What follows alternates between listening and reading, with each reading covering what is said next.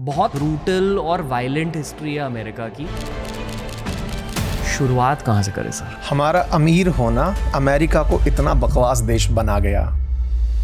Columbus जो एक Italian नागरिक था, स्पेन के राजा ने 3 जहाज लेकर उसको भेज दिया। तो इंडिया चूंकि स्पेन के वेस्ट में मिल रहा है, इसलिए कैरेबियन आइलैंड्स को उन्होंने वेस्ट इंडीज नाम दिया। ईस्ट इंडीज क्या है? अपन है असल में। तभी तो कंपनी का नाम ब्रिटेन ने ईस्ट इंडिया कंपनी रखा। उन्होंने इंडिया शब्द को इंडिया से ही छीन लिया। यूरोपियंस ने स्लेव्स खरीदे अफ्रीका से, बोट से लाया गया वेस्ट इंडीज और अमेरिका में। इंडियंस को भी वहां गुलामी के लिए ब्रिटिशर्स का राज था ना जी। अब देखिए, अमेरिका गए माइग्रेंट्स ही हैं, विलिंगली गया है कि ले जाया गया, बस फर्क इतना ही है। तो रेसिज्म के जनक में है ये लोग, जिनमें सुप्रीमेसी थी। आपको इंटरेस्टिंग पता है, साउथ अफ्रीका भी भारत के कारण बना है। ये समझाइए, अमेरिका अमीर कैसे बना? 1967 के अंदर इजराइल ने अरब के सारे देशों को मिलाकर एक बार में हरा दिया था। अब सऊदी के पास अमेरिका आता है और कहता है कि सुनो यार, मैं तुमको इजराइल से बचा सकता हूँ, तो तुम्हारा तेल बेचो डॉलर में। इसे पेट्रो डॉलर एग्रीमेंट कहा जाता है। मतलब युद्ध कहीं भी हो रहा है, दुनिया को क्या खरीदने भागना पड़ता है? डॉलर। कोई देश जो युद्ध से लाभान्वित होता है वो अमेरिका है। वाओ, ये पेट्रो डॉलर एग्रीमेंट है आज के कलेश की वजह। ये एग्रीमेंट अभी हाल ही में खत्म हुआ है। अब चाइना ने ईरान से कहा कि मैं तुमसे $400 बिलियन का तेल खरीदूंगा, लेकिन डॉलर में नहीं खरीदूंगा, बोले युआन में खरीदूंगा। मतलब धीरे धीरे इन कंट्रीज ने डॉलर का विकल्प तलाशना शुरू किया। ग्रीनलैंड को भूल दिए घूम रहे हैं कि तुम हमारा 51वां राज्य बनोगे। ये बना सकते हैं। पॉल्यूशन खत्म करता जा रहा है इक्वेटर के आसपास के एरियो को। आने वाले टाइम में सिविलाइजेशन शायद रह ही उस तरफ पाएंगी जहां सर्दी है और जहां प्योर पानी है। पीने का पानी अमीरों के पास होना चाहिए। अखंड अमेरिका। अखंड अमेरिका। दोस्तों, हमने अमेरिकन हिस्ट्री का पॉडकास्ट एक भारतीय ऑडियंस के लिए क्यों ही बनाया? जैसे जैसे आप ये पॉडकास्ट में आगे बढ़ोगे, ये सवाल का जवाब आपको खुद मिलेगा। अमेरिकन हिस्ट्री बहुत ज़्यादा की फैक्टर है in terms of developing a better world view. जब आप प्रोफेशनल वर्ल्ड में अमेरिकन से मिलोगे, तब अमेरिकन हिस्ट्री की जानकारी होनी चाहिए। Keep that in mind. ये पॉडकास्ट नॉलेज की एक एटम बॉम्ब है, specially when it comes to the current geopolitical scenario. Obviously Artemis, Iran America war, petro dollar का टॉपिक और बहुत सारे ऐसे टॉपिक्स, और ट्रंप की साइकोलॉजी, इन सारे टॉपिक्स को भी कवर करा है एक अमेरिकन हिस्ट्री के लेंस से। बहुत ही ज़्यादा मज़ा आया मुझे आज के एपिसोड में। This is one of my best, most enjoyable, most dense pieces of work this year. Ankit भैया के साथ हमने क्रिएट करा इस एपिसोड को on skill house brings you the Ranveer show. अगर बेहतर प्रोफेशनल बनना है, सॉफ्ट स्किल्स पर काम करो। अगर सॉफ्ट स्किल्स को झट से बढ़ाना है, you need to check out our classes on Skill House. आपकी प्रोफेशनल लाइफ बदल जाएगी. That's my promise. Enjoy the episode. Ankit Bhaiya's back on Skill House brings you the TRS with this knowledge atom bomb. Boom.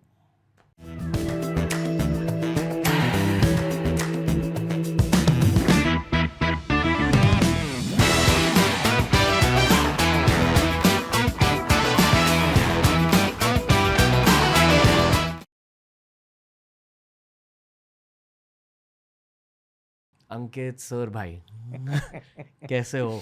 बहुत बढ़िया। आप कैसे हैं? बहुत ही excited हूँ। ये वाला एपिसोड मेरे को बहुत सालों से करना था। We were waiting for the right moment.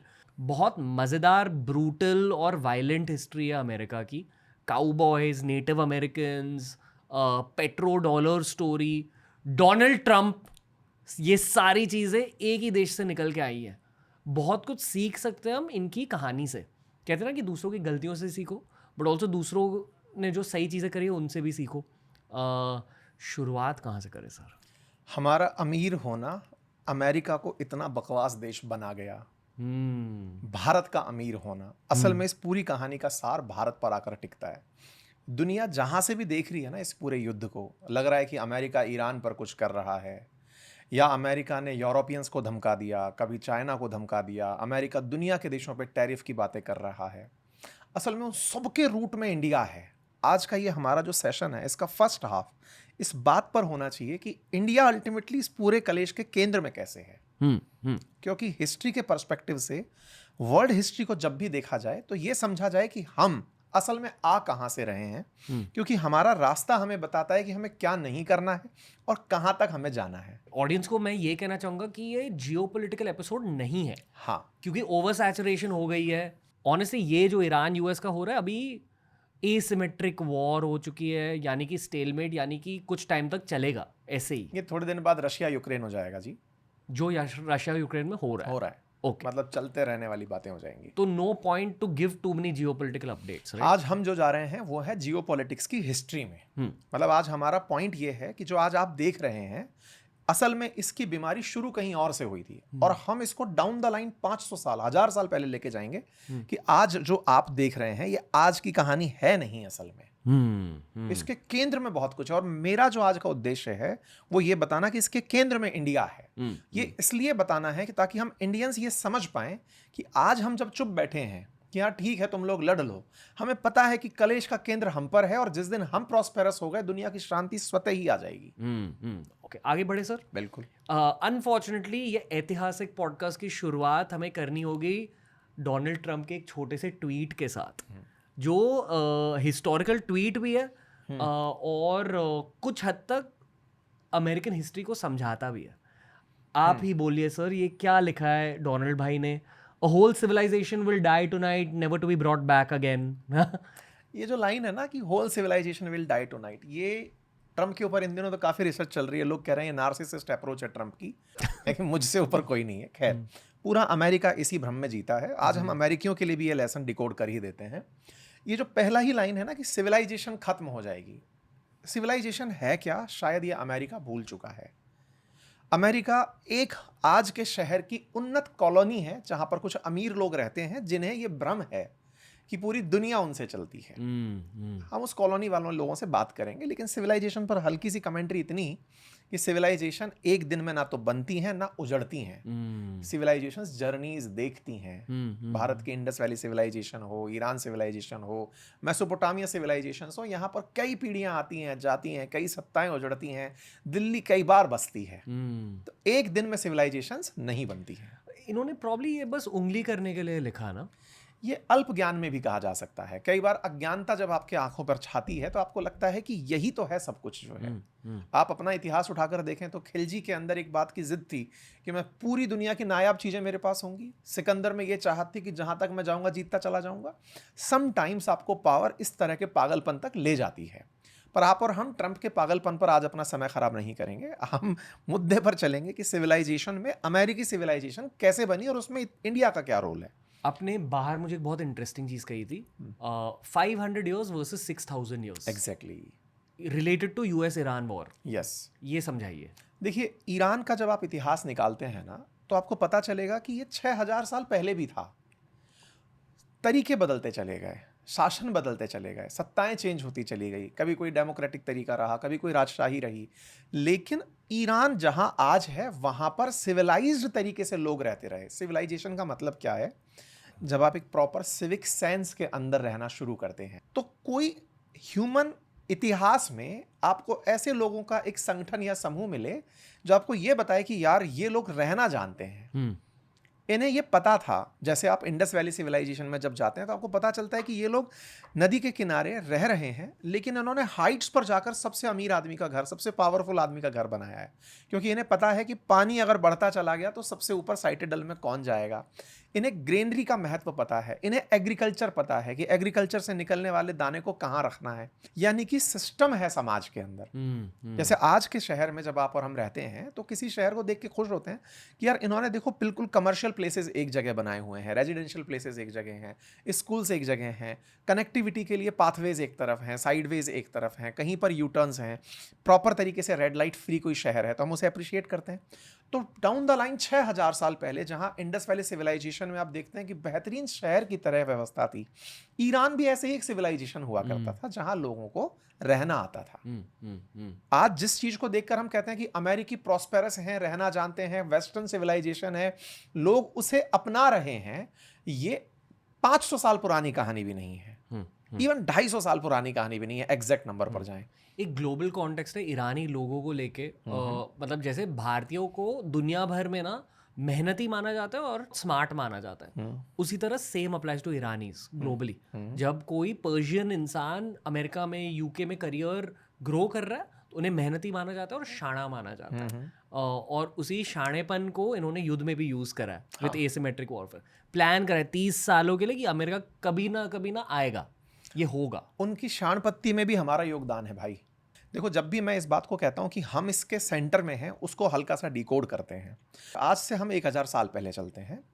India का वो टाइम जब चाइना पड़ोस में बहुत प्रॉस्पेरस कंट्री के तरीके से ग्रो कर रहा था, कागज इन्वेंट कर चुका था, सिल्क बनाना शुरू कर चुका था, और भारत अपने मसालों के लिए वर्ल्ड फेमस हो चुका था। अब थोड़ा सा मसालों से हम रिलेट करते हैं लोगों को, ज्योग्राफी को हल्का सा इन्वॉल्व करते हैं। अगर हम मैप के थ्रू दिखाने का मतलब थोड़ा सा भी प्रयास करेंगे तो हम जानेंगे कि अर्थ में बिल्कुल, अगर अर्थ को एक गोल बॉल के रूप से देखा जाए तो बीचों बीच इक्वेटर है, जहां पर सबसे ज्यादा टेम्परेचर होता है। उससे जब बहुत ऊपर की तरफ आप चलेंगे तो एक जोन निकल कर आएगा जिसे हम टेम्परेट जोन कहते हैं जी। बिल्कुल नॉर्थ की तरफ चलेंगे आप, और बिल्कुल एक्सट्रीम साउथ की तरफ जब आप पोल्स की तरफ चलेंगे, वहां पाएंगे कि वहां हमेशा सूरज की रोशनी टिल्ट होके पहुंचती है, तो वो जगह ठंडी होती है। जो यूरोप वाला क्षेत्र है ना, मैक्सिमम वो ठंडा एरिया है। वो जगह है जहां पर बर्फ रहेगी ही रहेगी, और बर्फ अगर पिघल गई तो वहां ठंडक रहेगी। ठंड के फायदे बहुत होते हैं। सबसे पहली चीज, ठंड में कोई चीज खराब नहीं होती, लेकिन दिक्कत ये होती है कि ठंड अगर खेतों पर पड़ गई, पाला पड़ गया, बर्फ डल गई, तो आप पैदावार नहीं कर सकते। तो टेम्परेचर जब डाउन होता है तो आपने कुछ कल्टीवेट करके रख लिया, और उसी एग्रीकल्चर के दौरान आपने कुछ पशुओं को मार कर रख लिया मीट मांस के लिए, क्योंकि आपने इवेंचुअली चुना है कि आप नॉन वेजिटेरियन होंगे, क्योंकि आपके पास वेज है नहीं 12 महीने के लिए। हम वेजिटेरियन मेजॉरिटी इसलिए क्योंकि हम वेज वाले क्षेत्र में हैं, हमारे यहाँ होता है 12 महीने। ऐसे में जब हम यूरोप की स्टडी और गहराई से करते हैं तो पता चलता है कि उन्हें अपने शिकार को, चाहे उन्होंने भालू मारा हो, कुत्ता मारा हो, बिल्ली मारी हो, जो भी मारा हो, उसे प्रिजर्व करके रखना था। और प्रिजर्व रखने में इंडिया की टेक्निक, जो कि मसालों की पद्धति थी, वो बहुत यूजफुल होती थी। इसका एक छोटा सा उदाहरण हर घर में उपलब्ध है। हम सबके घर में अचार जो है ना, वो रहता ही है एनी टाइम। अचार में कोई भी सब्जी छुकी हुई नहीं डलती, कभी तेल में फ्राई नहीं किया गया है। आप चाहे जो सब्जी चाहें उसका अचार डाल के रख सकते हैं। रीजन है हमने उसमें मसाले डाले हैं, और वो मसाले उनको पूरे टाइम टेस्टी रखते हैं, और उसके टेस्ट के साथ साथ न्यूट्रिशनल वैल्यू को बरकरार रखते हैं। अब इस मेथड को अगर आपने मसालों से करने में कामयाबी पा ली, तो अब आप सोचकर देखिए कि यूरोपियंस के लिए वो मसाले कितने काम के हुए, कि यार इनके पास में वो विधा है जिससे हम अपने फूड को लंबे समय तक प्रिजर्व रख सकते हैं। यहीं से शुरू होती है सारी कहानी। सर्दियां हैं यूरोप में, भोजन को सुरक्षित करने के लिए चाहिए इंडियन मसाले, और पहनने के लिए चाहिए रेशम और भारतीय कॉटन। रेशम मिल रहा है चाइना से, कॉटन मिल रहा है भारत से, मसाले मिल रहे हैं भारत से। अब पूरा की पूरा खेल हम यहां से डिकोड करते हैं। अब एशिया से हम यूरोप की यात्रा पर निकलते हैं।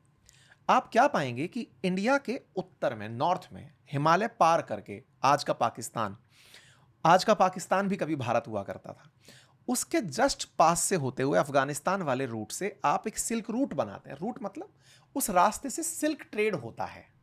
आज जब हम कहते हैं कि दुनिया का अधिकांश ट्रेड पानी से होता है, पहले पानी ट्रेड भारत करता ही नहीं था। हमारे यहाँ पर उसे थोड़ा खराब मानते थे कि पानी से क्यों जाना, जमीन कनेक्ट कर रही है। कहाँ तक जाना था? यूरोप तक जाना था। यूरोप तक क्यों जाना था? क्योंकि यूरोपियंस को जरूरत थी हमारे मसालों की, और यूरोपियंस के पास में गोल्ड का एक्सेस बहुत अच्छे से था। भारत में हमेशा हमको कहा जाता ना, हम सोने की चिड़िया थे। सोने की चिड़िया रियल में थे। इसका मतलब समझिए कि जब हम अपना मसाला बेचकर आते थे तो हम बदले में उनसे गोल्ड लेकर आते थे।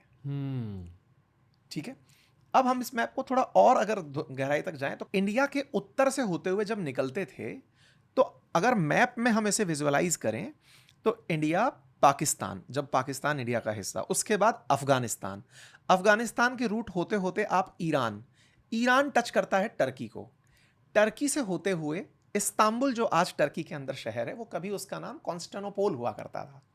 हम वहां पर पहुंच करके एक स्ट्रेट है जिसका नाम है बॉस्फोरस स्ट्रेट, उसे पार करते ही हम यूरोप में एंट्री कर जाते थे। उस जमाने का स्ट्रेट ऑफ हॉर्मुज। उस जमाने का स्टेट ऑफ हॉर्मुज, एग्जैक्टली। ठीक है, तो हम अगर मैप देख रहे हैं तो मैप के ईस्ट में एशिया है और मैप के वेस्ट में यूरोप है, और यूरोप का कॉन्स्टेंटिनोपल से जो एरिया लग रहा है वो ग्रीस है। और ग्रीस का उस समय का एम्पायर हुआ करता था बाइजेंटाइन एम्पायर, जिसे ग्रीको रोमन साम्राज्य कहते थे। असल में पूरे यूरोप को जो मसाले आ रहे हों, सिल्क आ रहा हो, कपड़ा आ रहा हो, कॉटन आ रहा हो, वो इस ग्रीको रोमन साम्राज्य से होकर के ही यूरोप में जाता था। अब आप सोचिए, यहां से सप्लाई कंट्रोल हो गई तो सबसे ज्यादा पीड़ित कौन हुआ? एक्सट्रीम वेस्ट में बैठा हुआ आदमी। वहां कौन बैठा है? सबसे एंड में पुर्तगाल बैठा है। पुर्तगाल और स्पेन पीड़ित हो गए अगर किसी ने इस रास्ते पर कंट्रोल कर लिया। वाह। अब मैप पर देखो, आपको अफगानिस्तान का टेल दिख रहा है बिल्कुल ईस्ट में, उसके बगल में ईरान आया, फिर टर्की आया। अब आप देखिए, अफगानिस्तान, ईरान, टर्की, ये सब इस बात पर डिपेंडेंट हैं कि इंडिया के ट्रेडर्स मसाला और कपड़ा लेकर जाएंगे। समझना बड़ा इंटरेस्टिंग क्या है, इंडिया के ट्रेडर्स जाते थे मसाला और कपड़ा लेकर, चाइना का सिल्क लेकर इस रास्ते से, और वहां से होकर यूरोपियंस को बेचते थे। गोल्ड जब लेकर आते थे तो यहीं पर बैठे हुए जितने भी लोग थे ये लुटेरे बनकर हमसे लूटते थे। टर्की में टर्की लूटता था, अफगानिस्तान लूटता था, और ये जो तुर्कमेनिस्तान, उज्बेकिस्तान, यही तो सब है, ये उज्बेकिस्तान वगैरह सब, बाबर वाबर सब यहीं से तो हैं। एक मिनट, दो चीज़ों पर मुझे क्लैरिटी चाहिए। जी। पहली चीज़ ये कि आप कह रहे हो कि देसी लोग ही जाते थे सिल्क रूट पे हाँ, टू सेल, मर्चेंट्स ये वो। Indian sellers, okay. हमारे इंडियन सेलर्स ही जो इंडस के आसपास रह रहे थे, वो यहां से चाइना का माल लिया और लेकर के उसे बेचने। चाइना पहले से भी सप्लाई चेन के अंदर बहुत इंपॉर्टेंट रोल रखता रहा है। रफली लाइक पंजाबी और मारवाड़ी लोग के पूर्वज। हाँ, मारवाड़ियों का तो इतिहास है। कभी आप राजस्थान का हिस्ट्री देखेंगे तो आप देखेंगे कि जैसलमेर के अंदर जो हवेलियां हैं उनमें आपको गोल्ड बिल्कुल ऐसा जड़ा हुआ मिलेगा। रेगिस्तान में गोल्ड क्या कर रहा है? कहां से आ रहा है? वो ट्रेडर्स थे, भर भर के गोल्ड लाते थे यूरोप से। यूरोप से। यूरोप गोल्ड कहाँ से इकट्ठा करता था? अफ्रीका वगैरह। अफ्रीका से कर रहा है, खुद स्विट्जरलैंड से कर रहा है, नॉर्वे से कर रहा है, रशिया से कर रहा है। गोल्ड के तो इनके पास माइंस रही है ना। इनका तो काम था ना हमेशा और देशों में जाकर के तराशना प्रीशियस मेटल, क्योंकि इन्हें यह था कि हम प्रीशियस मेटल के बदले कुछ ले सकते हैं। अब यहां की कहानी में एक ट्विस्ट एंड होता है, और वो ये है कि आज जब हम ये बोलते हैं कि अमेरिका कैसे बना, तो असल में वो पूरा कलेश इसी इस्तांबुल पर टिका हुआ है। कैसे? ऑटोमन्स जो टर्की के अंदर आए, उस समय के टर्की में ऑटोमन्स जो आए, उन्होंने इसी स्ट्रेट को कब्जा कर लिया कि ये ईरानियंस, मिडिल ईस्ट के जो लोग थे, ये सेंट्रल एशिया के जो लोग थे, ये अफगानी लोग, ये हमारे ट्रेडर्स को जब लूटने लगते थे तो हमारे ट्रेडर्स इन सबको एक तरह से टोल चुकाते हुए आते थे। आज अगर ईरान वहां पर चौक लगाकर बैठा है और वो कहता है कि मैं टोल वसूल रहा हूं, हमें आदत है, हमको आदत है, हम ये मानते हैं कि हमारा इसमें बहुत बड़ा बेनिफिट बाद का छिपा है। व्यापारी की एक बहुत बड़ी आदत होती है, उसको लगता है कि यार मेरे अगर 2 पैसे से ये पुलिस के अतिरिक्त भी मुझे सुरक्षा देने में कामयाब हो गया, क्योंकि देखो पुलिस हर व्यक्ति तक नहीं पहुंच सकती, लेकिन अपराधी को आपने अपने लिए अपॉइंट करा लिया। अगर आप दुनिया का इतिहास उठाकर देखेंगे ना तो आप क्या पाएंगे कि अपराधियों को संरक्षण हमेशा प्रॉस्पेरस लोगों ने दिया है। दुनिया का कोई सा भी हिस्ट्री, आज अगर हम मुंबई बैठ के बात कर रहे हैं तो अंडरवर्ल्ड के पीछे की कहानी में भी आप कहीं ना कहीं पाओगे कि बॉलीवुड की हस्तियां, बड़े उद्योगपति, वो अपने हफ्ता वसूली के नाम पे अंडरवर्ल्ड के डॉन उन्हीं को साथ में क्या गारंटी दे रहे हैं कि मैं तुम्हें दूसरे से बचाऊंगा। ये सब क्यों हो रहा है? क्योंकि पुलिस अपना काम इफेक्टिवली नहीं कर रही है। अगर पुलिस सबको सुरक्षा दे देगी तो अपराधियों का खत्म हो जाएगा राज। तो ये उस समय के अपराधी थे, और उस समय के अपराधियों के नाम पर अगर सुरक्षा आप नहीं दे पा रहे हो, वर्ल्ड वाइड भी आप देखो ना कि अमेरिका अफगानिस्तान के अंदर अगर तालिबान को खड़ा किया तो क्यों किया? काम तो फोर्स से भी कर सकता था। अपराधियों को संरक्षण तभी दिया जाता है जब पुलिसिंग काम नहीं करती। ईरान के अंदर उसने कुर्द लड़ाके भेजने की बात करी, क्यों करी? फोर्सेस नहीं भेज सकते थे क्या? नहीं भेज सकते थे। अमेरिकी 2 पायलट के लिए पूरी दुनिया को नचा दिए। इसका मतलब यह हुआ कि अपना आदमी नहीं मरना चाहिए। तो दुनिया में जब अपना हित रखने लगोगे तो आप अपराध को संरक्षण देने लगोगे। आप उन लोगों को, आज आप सब दुनिया के लोग जानते हैं कि पाकिस्तान के हालात कितने खराब हैं, आतंकवाद की पनाहगाह है। आज अमेरिका ने उसे बिल्कुल सेंट्रल स्टेज पर लाकर बिठा दिया है। क्यों? अपराधियों को संरक्षण अमीरों द्वारा दिया जाता है। अमीर कौन है? अमेरिका। वो जानता है कि मरे तो इनका मरे, मुझे क्या लेना देना।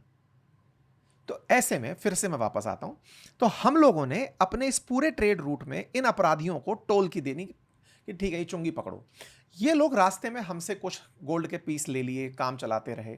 हम लोग इंडस को क्रॉस करके घर आ जाते थे और हम ये मानते थे कि हमारे पास भरपूर गोल्ड है, हम इतना कमा लाए कि हम अपने घर पर खूब सारा गोल्ड भर लाए। ये रफली 500 years बिफोर, ये 1000 साल पहले की बात कर रहे हैं हम। हाँ, भारत में क्या चल रहा था तब? हमारे यहाँ पर बहुत सारे लोकल किंग्स हुआ करते थे। राजस्थान में अपने राज कर रहे हैं, अपने साउथ इंडिया के अंदर अलग रूलर्स राज कर रहे हैं, हमारे यहाँ पर लोकल राज हुआ करते थे। उस समय पर जो हमारे लोकल राज थे उन्हीं में से कुछ लोग निकल करके ये सब काम कर रहे थे। बाय द वे अगर हम उस समय देखें तो हमारे यहाँ पर बहुत बहुत तरह के रिलीजन डेवलप हो रहे थे। बुद्धिज्म के पीछे का काम कहते हैं कि ट्रेडर्स का ट्रेड करना और बुद्धिज्म का सब तरफ फैलना एक साथ हुआ है। अगर आप रिलेट करोगे ना तो आप क्या पाओगे कि अफगानिस्तान में बौद्धिस्ट केव मिलती हैं। क्यों मिलती हैं? क्योंकि वो ट्रेड यहां से जा रहे थे, ट्रेडर्स जा रहे थे, तो यहां पर कुछ ट्रेडर्स के साथ में कुछ अच्छे अपराधियों के संबंध बन गए।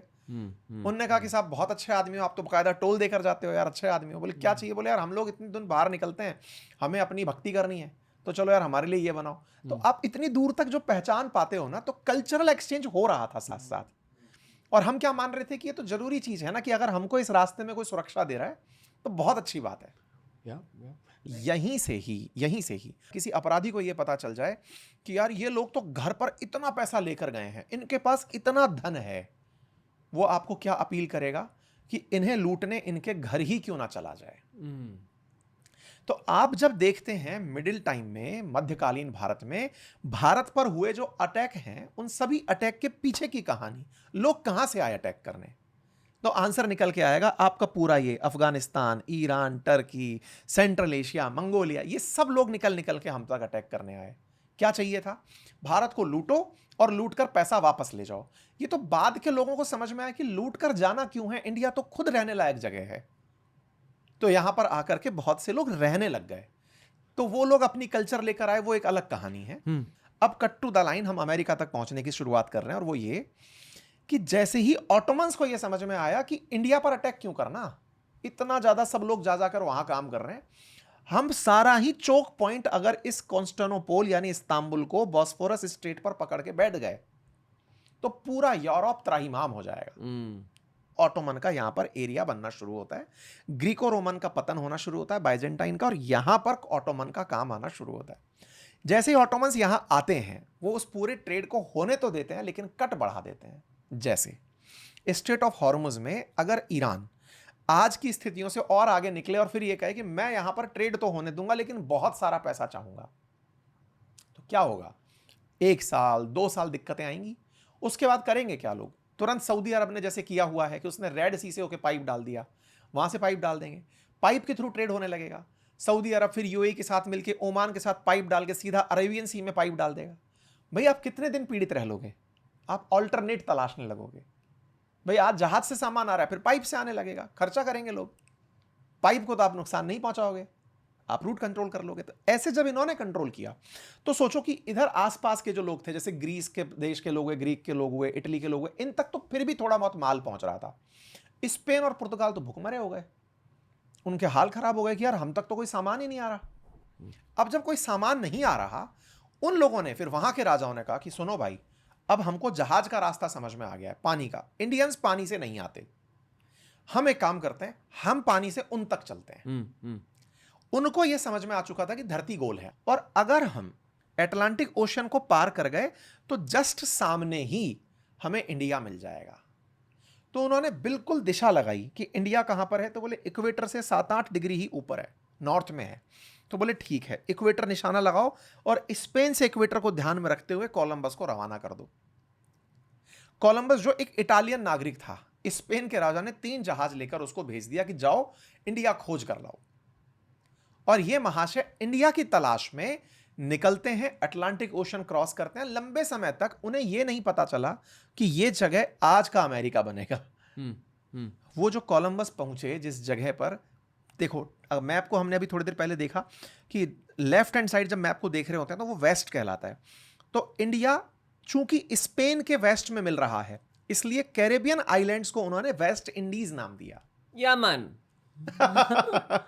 तो जो मतलब कायरन पोलार्ड, ड्वेन ब्रावो, उनके पूर्वज एक्चुअली वेस्ट इंडीज में अफ्रीका से लाए गए थे। हाँ, अब उसकी भी कहानी है। अफ्रीका से कहानी क्या है वो भी हम बताएंगे अभी थोड़ी देर में। वेस्ट इंडीज, हाँ, तो ईस्ट इंडीज क्या है? हाँ, तो अपन है असल में, तभी तो कंपनी का नाम ब्रिटेन ने ईस्ट इंडिया कंपनी रखा।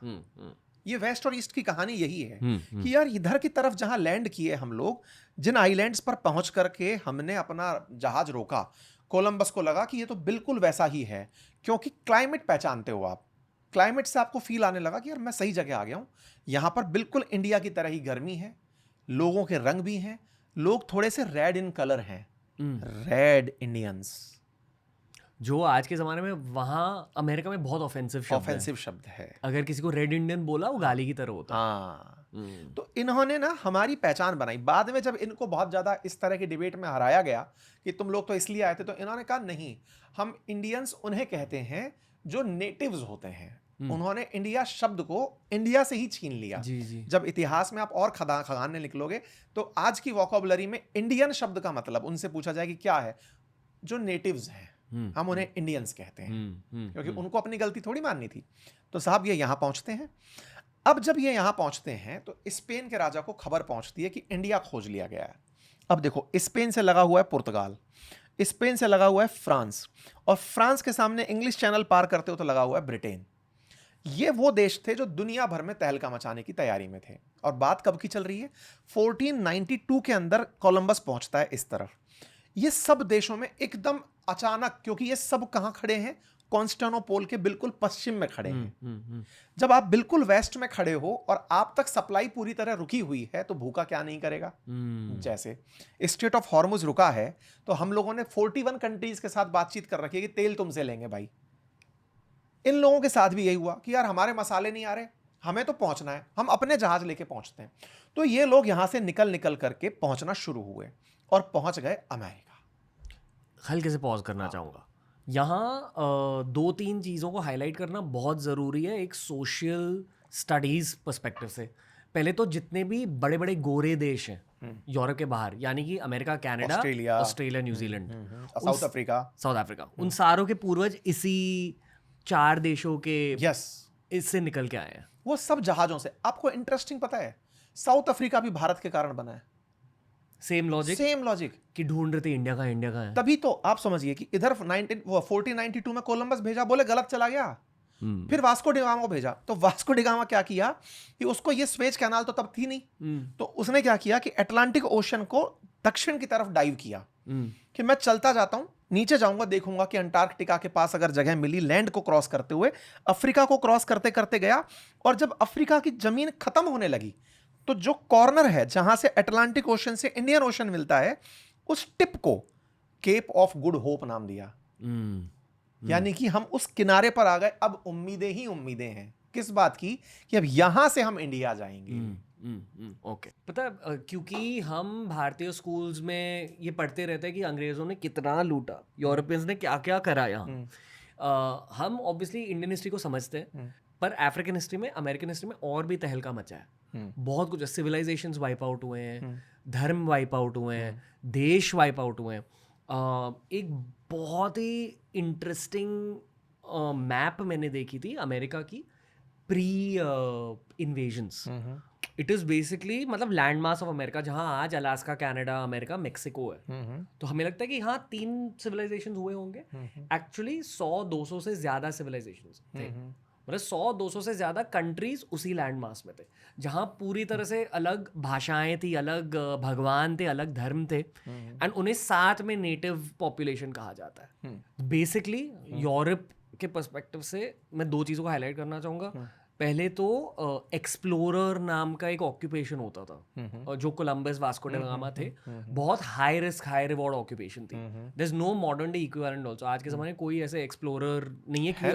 है एस्ट्रोनॉट्स, एक्सप्लोरर्स हैं आज के समय में। अच्छा, मतलब स्पेस में जा रहे हैं, वो वहां जा रहे हैं भाई। आप अर्थ पूरी खोज चुके हो तो बस ऊपर जाओ। ओके, तो आर्टेमिस 2 आज का एक्सप्लोरर। हाँ बिल्कुल भाई, आर्टेमिस 2 के बारे में थोड़ा बात करते हैं क्योंकि बहुत जेनजी हाइप है। हाँ बिल्कुल, डिस्कशन का पार्ट है ये।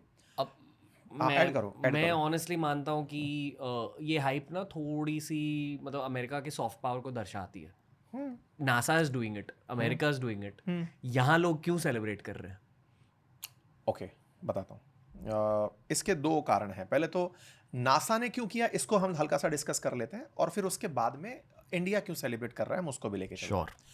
पहली बात क्या है ना कि जब सेकेंड वर्ल्ड वॉर खत्म हुआ तो उसका एक टेक अवे था, और वो टेक अवे क्या था कि अमेरिका ने न्यूक्लियर बॉम्ब जापान पर गिरा दिया था। सिविलाइजेशंस के लिए ये अपने आप में एक बहुत बड़ा ट्रेजिक था जी। सोवियत रूस उस समय बहुत प्रॉस्पेरस कंट्री था, वर्ल्ड वॉर के समय यूएस के साथ लड़ रहा था, उनके साथ मिलकर के औरों से लड़ाई लड़ रहा था। सोवियत रूस की इंजीनियरिंग भी बहुत अल्टीमेट थी। उन्हें यह बात बहुत सदमे के रूप में लगी, यार ये कैसे हो सकता है कि तुम लोगों ने बम बना लिया और हमें बताया तक नहीं। यहां से एक जंग छिड़ती है। किस तरह की जंग? ऑन प्लेटफॉर्म तो वो कोल्ड वॉर कहलाती है, लेकिन इन दोनों की जो लड़ाई है ना, ये साइंस में लड़ी जाती है साहब। साइंस में इस तरह से लड़ी जाती है कि सोवियत रूस अपने अगले 10 साल के अंदर, इवन 4 साल के अंदर उसने अनाउंस कर दिया था, यूरी गागरिन नाम के व्यक्ति को उठाकर हवाई जहाज से स्पेस में भेज दिया। अमेरिका के लिए वो सरप्राइजिंग था। अमेरिका ये सोच रहा था कि मैंने न्यूक्लियर वॉर करके दुनिया में लीड ले ली है। उस लीड को सोवियत रूस ने पछाड़ दिया यूरी गागरिन को भेज करके। अमेरिका को लगता है आदमी आसमान में पहुंचा दिया। अच्छा, आप 100 किलोमीटर से ऊपर अंतरिक्ष काउंट करते हो, आदमी आसमान में पहुंचा दिया, तो अमेरिका को यहां पर अपनी नॉलेज सुप्रीमेसी प्रूव करनी थी। तो इनने कहा अब जो भी हो जाए, तुम अगर अंतरिक्ष में आदमी पहुंचाए हो तो हम चंद्रमा पर आदमी पहुंचाएंगे। तो जो नील आर्मस्ट्रांग को अपोलो 11 से पहुंचाने की कहानी रची गई, वो अमेरिका ने जिद में रची। कमाना कुछ नहीं था उससे, सुप्रीमेसी दिमाग में साइकोलॉजिकल ये रखना कि इनका सिक्का जब चलेगा तो दुनिया वाले झगड़ा नहीं करेंगे। आज दुनिया में अगर पेट्रोल की खरीद के लिए आपको डॉलर देना पड़ता है तो ये सिक्का चलना ही तो हुआ। अमेरिका अपना सिक्का ही तो चला रहा है।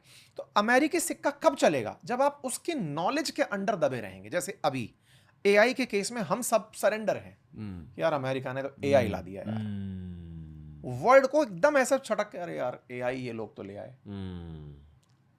आपको किसी का हेजिमोनी स्वीकारने के लिए साइकोलॉजिकल हेजिमोनी में एक बढ़त बनानी होती है। This is soft power, this is actually hard power. Hard power. हाँ, सॉफ्ट तरीके से रहिए। आपको लग रहा है कि मुझे मारा नहीं गया है। उसके बाद अमेरिका ने पूरा मिशन बंद कर दिया कि भाई चंद्रमा पर आदमी पहुंचा दिया हमने, अब हमारी हेडक खत्म। क्यों खत्म? क्योंकि यार चंद्रमा से ऊपर कहां जाओगे? किसी ने मार्स तब तक सोचा भी नहीं था, और पैसे लगते हैं, पैसे लगते हैं, कुछ मिल रहा नहीं है। तो ये लोग वापस अपने बैक टू पवेलियन आ गए। अब सवाल बनता है कि इतने साल बाद, अराउंड 45 ईयर बाद में, अब अगर कोई इंसान को भेजने की दोबारा तैयारी हो रही है तो वो इसलिए क्योंकि चाइना ने कहा है कि वो 2030 में आदमी उतारेगा। अरे वाह वाह। तो अमेरिका फिर से दुनिया को याद दिला रहा है कि सुनो दुनिया वालों, भूल तो नहीं गए कि हम भी कभी नवाब थे, लो हम आ रहे हैं वापस। ये केवल अपनी नॉलेज सुप्रीमेसी दिखाने के लिए अमेरिकी मिशन है। लेकिन अब अमेरिका ये समझ चुका है कि इस बार जब हम वहां पैसा खर्च करेंगे तो कुछ कमा के भी लौटेंगे। चंद्रमा से बहुत कुछ लेकर लौट सकते हैं। चंद्रमा से सीधी लाइट धरती तक पहुंचा सकते हैं। 24/7 पूरे समय इलेक्ट्रिसिटी हम ला सकते हैं। बहुत से ऐसे मिनरल्स हम वहां से लेकर आ सकते हैं जो अर्थ पर इस समय, जैसे रेयर अर्थ मैग्नेट की लड़ाई चल रही है, हो सकता है कि चांद के अंदर खोजने से वो चीजें निकल कर आए जिनको यहां पर बहुत अच्छे से यूज किया जा सके। किन चीजों में? आज की जितनी भी डिवाइसेस बन रही हैं, इलेक्ट्रॉनिक गैजेट्स जो बन रही हैं, सेमीकंडक्टर चिप्स जो बन रही हैं, इनमें मैग्नेट्स यूज हो रही हैं। ये रेयर अर्थ पर तो चाइना खेल रहा है। तो अमेरिका का कहना है कि पहले मैं, तो आर्टेमिस और कुछ नहीं है, ये नॉलेज सुप्रीमेसी का किया खेल है। इसी कारण से एलॉन मस्क को टास्क दिया गया था कि भैया तुम चंद्रमा की यात्रा से निकलो और मार्स पर जाओ। फंडिंग तुम्हें इसलिए दी गई। तो इन्होंने जो फाल्कन 9 करके इनका रॉकेट बनाया, मस्क का ये बहुत बड़ा वो था, मतलब एक तरह से कहा जाए कि कंट्रीब्यूशन है टू दी सोसाइटी। उन्होंने रीयूजेबल रॉकेट बना लिया। इससे आप क्या कर रहे हो? सपना देखो उस आदमी का, वो कह रहा है कि मैं मार्स से आना जाना शुरू कराऊंगा लोगों का। साइकोलॉजिकल वॉरफेयर, कि आपको लगे कि अमेरिका महान है। तो वो महानता का चैप्टर, हम हिस्ट्री में महानता घुस गए, हम वापस लौटे। वापस आइए, आर्टेमिस तक आ गए थे आप। हल्के से आर्टेमिस के चैप्टर को फिनिश करते हैं। हल्के से। हाँ, भारतीय बच्चे क्यों सेलिब्रेट कर रहे हैं आर्टेमिस 2 को? देखो, जब आपको दिखता है कि इनके बीच में होड़ मची है और आपका भी एक जहाज वहां जाकर के लैंड कर चुका है, रिलेवेंस दिखता है कि तुम जो कर रहे हो ना वो हम कर चुके हैं। आप आदमी को भी आज चक्कर कटा के वो भेजे थे, हम अपना चंद्रमा पर मिशन भेज चुके हैं, लैंडर रोवर उतार चुके हैं, आदमी हम भी उतार देंगे भाई। तो हमें भी दुनिया के अंदर बैठे हुए 195 देश इज्जत दें। एंड आई ऑल्सो बिलीव कि चंद्रमा का पूरा लैंड मास ना एशिया जितना बड़ा है। तो जैसे गल्फ में जो तेल निकला पिछले 100 सालों में, गल्फ का पूरा फ्यूचर बदला उस तेल की वजह से। क्या पता चांद के अंदर से क्या क्या निकले। बिल्कुल। तो जो चांद को कंट्रोल करेगा वो बहुत ज़्यादा पैसों को भी कंट्रोल करेगा धरती पे, राइट? यही लॉजिक है। एक्सप्लोरेशंस किए ही इसलिए जाते हैं, एक्सप्लोरेशन की कॉस्ट गरीब देश नहीं दे पाते, अमीर और अमीर हो जाते हैं। ये बहुत cool version of history repeats itself है। हाँ। कि अभी कुछ लैंड बचा नहीं है धरती पे, तो वाह वहाँ जाओ। आप ना इसको रिलेट करो, एलॉन मस्क 2015 तक ऑलमोस्ट बैंकरप्ट हो गए थे। टेस्ला बर्बाद, इनका स्पेस एक्स बर्बाद, जहां जा रहे थे बैंकरप्सी। एक ब्रेक थ्रू मिला स्पेस एक्स को जब नासा का टेंडर मिलता है कि अब आप अपना जहाज भेज सकते हैं। टेस्ला का जो एस मॉडल है वो बहुत अच्छे से उठना शुरू हुआ, खत्म। उसके बाद से उन्होंने पलट के नहीं देखा। तो जो विजन में इन्वेस्ट करके चलते हैं वो लीडर्स बनते हैं। इसीलिए तो भारत साइंस में इतना इन्वेस्ट कर रहा है कि इसरो को बोलो कि भाई करते रहो आप, क्या पता किस दिन हमारी कौन सी चीज सही बैठ जाए। ओके, अभी एक छोटी सी historical lens but also kind of link to Artemis and explorer. तो आपने कहा कि 500 साल पहले के कोलंबस, वास्को डे गामा आज के जमाने के एस्ट्रोनॉट्स हैं। नासा, इसरो। हाँ, नासा, इसरो, हाँ ये जितने भी हैं, JAXA and all. Okay, today's equivalent is NASA, ISRO. उस जमाने का ओपन फील्ड अमेरिका आज के जमाने का चंद्रमा है। हाँ बिल्कुल सही कह रहे हैं आप। Right, that is the next domain to be conquered. Africa भी हो सकता है, वो इसलिए हो सकता है कि अमेरिका मार्स बने, मतलब। ये थोड़ा समझाइए। देखो, भविष्य के गर्भ में क्या है नहीं पता। कभी अफ्रीका को भी इसलिए इन्वेड करने की कोशिशें की होंगी कि ये हमारे लिए बहुत प्रॉस्पेरस जगह बनेगी। नहीं बनी। क्यों नहीं बनी? वहां की बीमारियों ने मार डाला, वहां की स्थितियां जो थी टॉपोग्राफिक, उन्होंने सर्वाइव ही नहीं करने दिया लोगों को, जबकि वो तो जमीन पे ही था ना। लेकिन अमेरिका में जो लोग गए वो प्रॉस्पेरिटी पाते चले गए। तो जो अमेरिका में गए प्रॉस्पेरिटी पाते चले गए, अफ्रीका में आए बर्बाद हो गए। तो इसका कहीं ना कहीं कोई तो सेंस डिराइव कर सकते हो ना। ओ वाओ, कि आप चंद्रमा पर खर्चा कर दिए, सरवाइव करने लायक कुछ नहीं मिला। हमें पता नहीं ना एग्जैक्टली क्या है चंद्रमा के अंदर। जितना पता है उस हिसाब से इन लोगों ने ये तो समझ लिया है कि हम वहां कॉलोनी बना सकते हैं। ओके, मार्स के बाद क्या? आने वाले समय में मार्स के साथ ऐसा होने लगा तो मार्स से आगे की बातें सोचकर देखिए। आज कहते हैं कि इंसान जो सोच सकता है, इसका मतलब वो उसे एग्जीक्यूट करने की क्षमताओं को विकसित करता है। तो जब मार्स पर रहना सोच सकते हो तो उससे आगे की क्षमताओं के बारे में चर्चाएं होना स्वाभाविक है। कोई ना कोई तो ऐसा प्लेनेट निकल कर आएगा जहां ह्यूमन सिविलाइजेशन को अपने से बढ़िया सिविलाइजेशन दिखाई देगी। एलियन। आपका मुद्दा आ गया। तो होते एलियन की नहीं सर? मैं तो मानता हूँ, राइट, एनी टाइम मानता हूँ भाई। जब हम हैं तो एलियन भी हैं। बहुत एक मजेदार जो रोगन का पॉडकास्ट है बॉब लजार के साथ, जहाँ कहा जाता है कि बॉब लजार ने एरिया 51 में काम करा था और एकदम डिटेल में एरिया 51 की बातें समझाई है, यूएफओस के बारे में बताया। बहुत ही स्टिमुलेटिंग पॉडकास्ट है और जो रोगन मानते हैं कि वो सच कह रहे हैं। आई बिलीव पॉडकास्ट उसको पता रहता है कि जब कोई झूठ बोल रहा है या कोई सच बोल रहा है। Just that's a recommendation. Okay, back to history. तो कहानी पहुंची थी कोलंबस तक, वेस्ट इंडीज। तो हम ये बताना चाह रहे हैं कि आज का अमेरिका इंडिया के कारण कैसे बना। हम वापस अपनी हिस्ट्री पर लौटते हैं। कोलंबस पहुंचते हैं अमेरिका में। जब वो पहुंचते हैं, इन सबको सूचना दे दी जाती है कि सुनो भाई, हमने एक बढ़िया जगह खोज ली है, बढ़िया प्लॉट मिल गया है, सर्दी नहीं है, आराम से रह सकते हो, इक्वेटर के नज़दीक की जगह, बढ़िया एग्रीकल्चर कर सकते हो। अब एग्रीकल्चर की लड़ाई क्या है? इंडिया से इनको ज़रूरत क्या थी? इंडिया से ज़रूरत थी कॉटन की, मसालों की, तंबाकू की। इन सब चीज़ों की ज़रूरत बोले यहाँ पूरी हो सकती है। बोले इसके लिए क्या चाहिए? बोले पहले तो आप लोग आओ, जितना बड़ा प्लॉट ले सकते हो ले लो।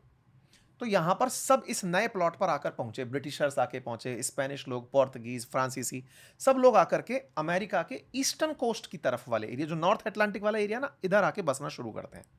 अमेरिका की स्थिति समझाइए उस वक्त। देखिए, अमेरिका के अंदर जो नेटिव्स लोग थे वो वैसे ही थे जैसे किसी और आइलैंड पर लोग रहते हैं। अब उसके भी और अगर पीछे चलते हो तो अमेरिका जो मूल रूप से है इसमें 10,000 साल से पहले से लोग रहते हैं, और उसका इतिहास बताते हैं कि यहां रहने वाले जो लोग हैं असल में वो एशिया से गए हैं। अब एशिया से कैसे गए उसको समझाने के लिए तो आप क्या पाएंगे ना कि पैसिफिक ओशन के नॉर्थ की तरफ जब आप चलेंगे तो एक बेरिंग स्ट्रेट करके जगह है जहां से सोवियत रूस, आज का रशिया या कहें तो साइबेरिया, वो आज के अलास्का से कनेक्ट होता है। जो एक जमाने बेरिंग लैंड ब्रिज होता था। यस।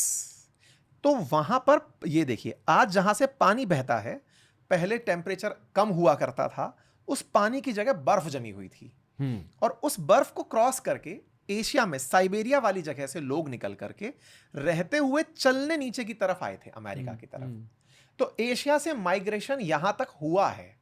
एक क्यूट फैक्ट शेयर करूं? हाँ हाँ प्लीज। तो वो जो बेरिंग लैंड ब्रिज था, एज इन बर्फ का फ्लोर, वहां पता है सबसे बड़ी दिक्कत क्या थी? हाँ। वहां एक बहुत बड़ा भालू होता था जिसका नाम था शॉर्ट फेस्ड बेयर। ओके। और वो इतना बड़ा था, वो आई थिंक आज के पोलार बेयर की डबल साइज का था। And it use to block human beings from cross. वो ह्यूमंस को चुन चुन के हंट करता था। ओके। इससे बहुत स्लोली ह्यूमंस माइग्रेट करे। बस यही बोलना। Back to history. आप हिस्ट्री में भी क्यूटनेस ऐड करते हो ना? हाँ, मेरे को शॉर्ट फेस्ड बेयर बहुत क्यूट नाम है, बट बहुत भयानक भालू था। One of the most scary animals to have ever lived. Anyway, ठीक है। तो अब क्या था कि अमेरिका के अंदर जब ये लोग आकर पहुंचते हैं, मतलब अब हम अमेरिका को अमेरिका बोल रहे हैं, जबकि ये समझिए कि एक जगह है, उस जगह पर आकर लोग आने पहुंचते हैं। तो आज जब हम इसको 50 स्टेट्स ऑफ अमेरिका कहते हैं, यूनाइटेड स्टेट्स ऑफ अमेरिका मतलब 50 राज्यों का एक संगठन है ये, जो 1959 में जाकर बना है पूरी तरह से। ये जब गिनाते हैं ना अपन को, हमेशा इंडियंस के सामने या वर्ल्ड के सामने जो ये बोस्ट करते हैं कि हम तो 250 साल पुराने हैं, तुम्हारे 50 राज्य बने हैं 1959 में जाकर के। अलास्का और हवाई उससे पहले तक 1948 तक ये 48 स्टेट्स का ही था। और ये जो कनाडा को हुल दिए घूम रहे हैं इस समय कि तुम हमारा 51वां राज्य बनोगे, ये बना सकते हैं। अब इसके पीछे का ट्रेट बताता हूं मैं क्या है। तो शुरुआत ऐसे होती है जी कि जो आज का अमेरिका है उसका ईस्टर्न वाला साइड है, वहां पर 13 स्टेट्स ऐसे थे जहां पर ब्रिटिशर्स का बहुत ज्यादा रूल था। मतलब ब्रिटिशर्स ने आकर बड़े बड़े प्लॉट बना लिए थे। लेकिन अब जब इतना दूर से आप आ गए हो, बड़ी जमीन पा गए हो, खेती करनी है, हमें काम करने के लिए अब लेबर चाहिए। तो अब देखो क्या होता है कि यहां पर ये लोग अफ्रीका से उठाकर लेबर लेके आते हैं। एक मिनट, हल्के से रिवाइंड करते हैं। कोलंबस अगर इटालियन थे और स्पैनिश किंग के ब्लेसिंग्स की वजह से वहां तक पहुंचे, तो ब्रिटेन कहां से आया? समझिए, ब्रिटेन उस समय नेवल पावर था वर्ल्ड की। वो धीरे धीरे दुनिया में अपने पानी के जहाजों से आतंक मचाता घूम रहा था। देखिए, एक समय तक उनको ये पहले से समझ में आ गया था कि वर्ल्ड पर राज करना है तो पानी पर राज करो। जैसे आज आपने और हमने ये समझा कि स्ट्रेट ऑफ हॉर्मुज पर ईरान ने कब्जा किया, पूरी दुनिया को कब्जे में ले लिया ना जी। 30% ट्रेड ही तो होता है ऑयल का वहां से, लेकिन हर देश के अंदर आर्थिक स्थिति खराब हो रही है। ब्रिटेन उस बात को तब से समझ के बैठा था। आप समझो कि आज नॉर्थ अपने इंडिया के दक्षिण में इंडियन ओशन में डियागो गार्शिया ब्रिटेन ने आज तक रखा हुआ है। अब मेडिटेरेनियन सी को अटलांटिक सी से जब जोड़ते हैं तो जिब्राल्टर स्ट्रेट पर एक नॉच अभी भी ब्रिटेन ने पकड़ कर रखी हुई है।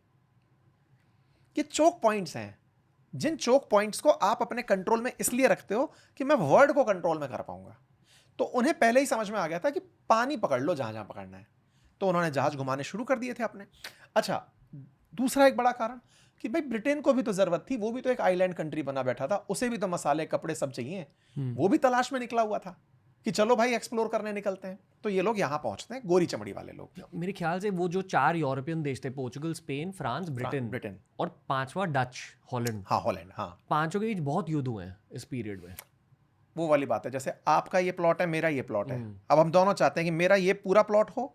इंडिया में अंदर आज अगर हम बात करते हैं कि फ्रांसीसी और इंडियंस के बीच की लड़ाई क्यों होती थी, कार्नेटिक वॉर क्यों थे, तो इसीलिए थे कि साहब इंडिया किसका होगा।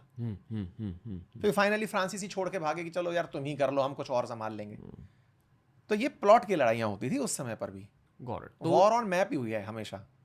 पहले इन्वेडर्स शायद स्पेनिश थे और फिर युद्ध वुड ट्रेड वेड होके ब्रिटेन नाव चलाने वाले थे ये बढ़िया। ओके, इन्होंने एक्सप्लोरर कराने के लिए कि चलो भाई ढूंढो दुनिया के अंदर, तो ये अमेरिका खोज लिए। यहां पर 13 स्टेट्स बन गए।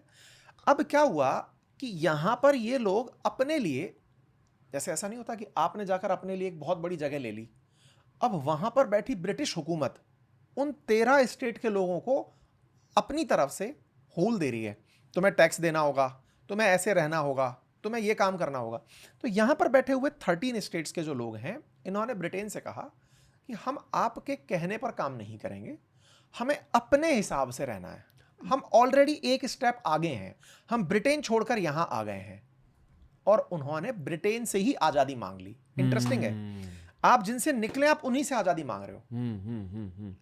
तो 1783 में इन 13 स्टेट्स ने आजादी मांगी ब्रिटेन से और अमेरिका हो गया स्वतंत्र। तो पहली बार 13 राज्यों से अमेरिका 1783 में बना, 1787 में उसने अपना संविधान भी बना लिया।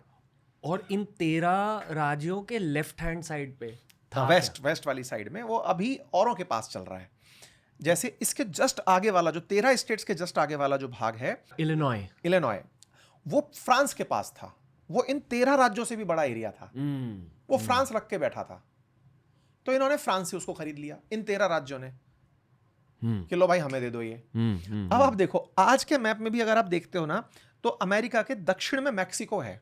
आप एक्सट्रीम लेफ्ट में देखो, कैलिफोर्निया दिख रहा है, नेवादा दिख रहा है, ऊटा दिख रहा है। ये पूरा पूरा पहले मैक्सिको होता था। इन्होंने युद्ध में मैक्सिको को हरा करके इन चीजों को कब्जे में ले लिया। शुरुआत हुई 13 स्टेट से, 13 स्टेट से, फिर फ्रांस से खरीदा, फिर उसके बाद में मैक्सिको से कब्जा कर लिया।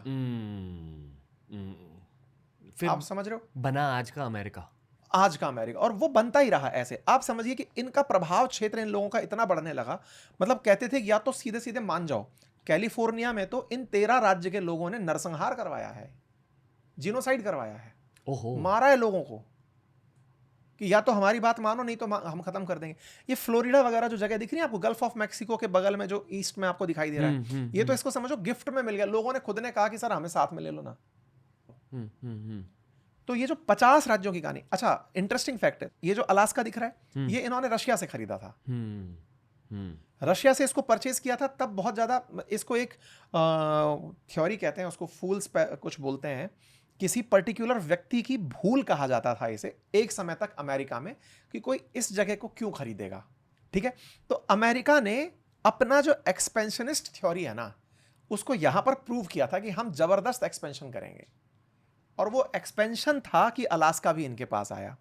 आज अमेरिका जिस कनाडा को बोलता है कि तुम हमारा 51वां राज्य बनोगे, क्योंकि इनके बेसिक ट्रेट ये हैं कि 1783 में तो हम 13 ही थे, 1959 में जाकर 50 बने, अब जाकर 2026 में 51 बन जाएंगे, तो क्या बुरा है। कटिंग बैक टू 2026, वो ग्रीनलैंड भी इसीलिए, और वो डेनमार्क के पास वर्ल्ड वॉर के बाद से है। अमेरिकन्स ने उस समय छोड़ दिया था कि ये क्या पीस काम आएगा हमारे। आज उनको याद आता है कि अगर हमें गोल्डन डोम बनाना है, अमेरिका को सेफ करना है, तो वहां पर भी हमें मिसाइलें खड़ी करनी पड़ेंगी, तो वो जगह हमारी होनी चाहिए। ये सब नेवल स्ट्रैटेजीज है।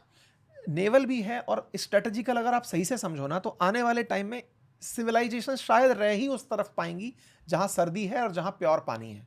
क्यों? वर्ल्ड में जहां जहां पर सी लेवल नीचे है, वो तो सी में कंज्यूम होते जा रहे हैं ग्लोबल वार्मिंग से। ओके। पॉल्यूशन खत्म करता जा रहा है इक्वेटर के आसपास के एरियो को। ट्रॉपिक ऑफ कैंसर और कैप्रिकॉन के आसपास के जितने भी एरिया हैं, वहां पे पॉल्यूशन खत्म कर रहा है। अब 100 साल आगे की बात कर रहा हूँ, 250 साल आगे। अमेरिका 250 साल रह चुका है, वो अगले 250 साल की सोचता है।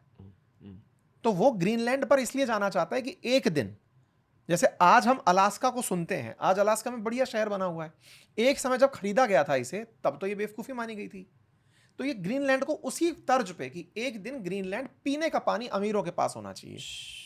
अखंड अमेरिका, यही है। हाँ।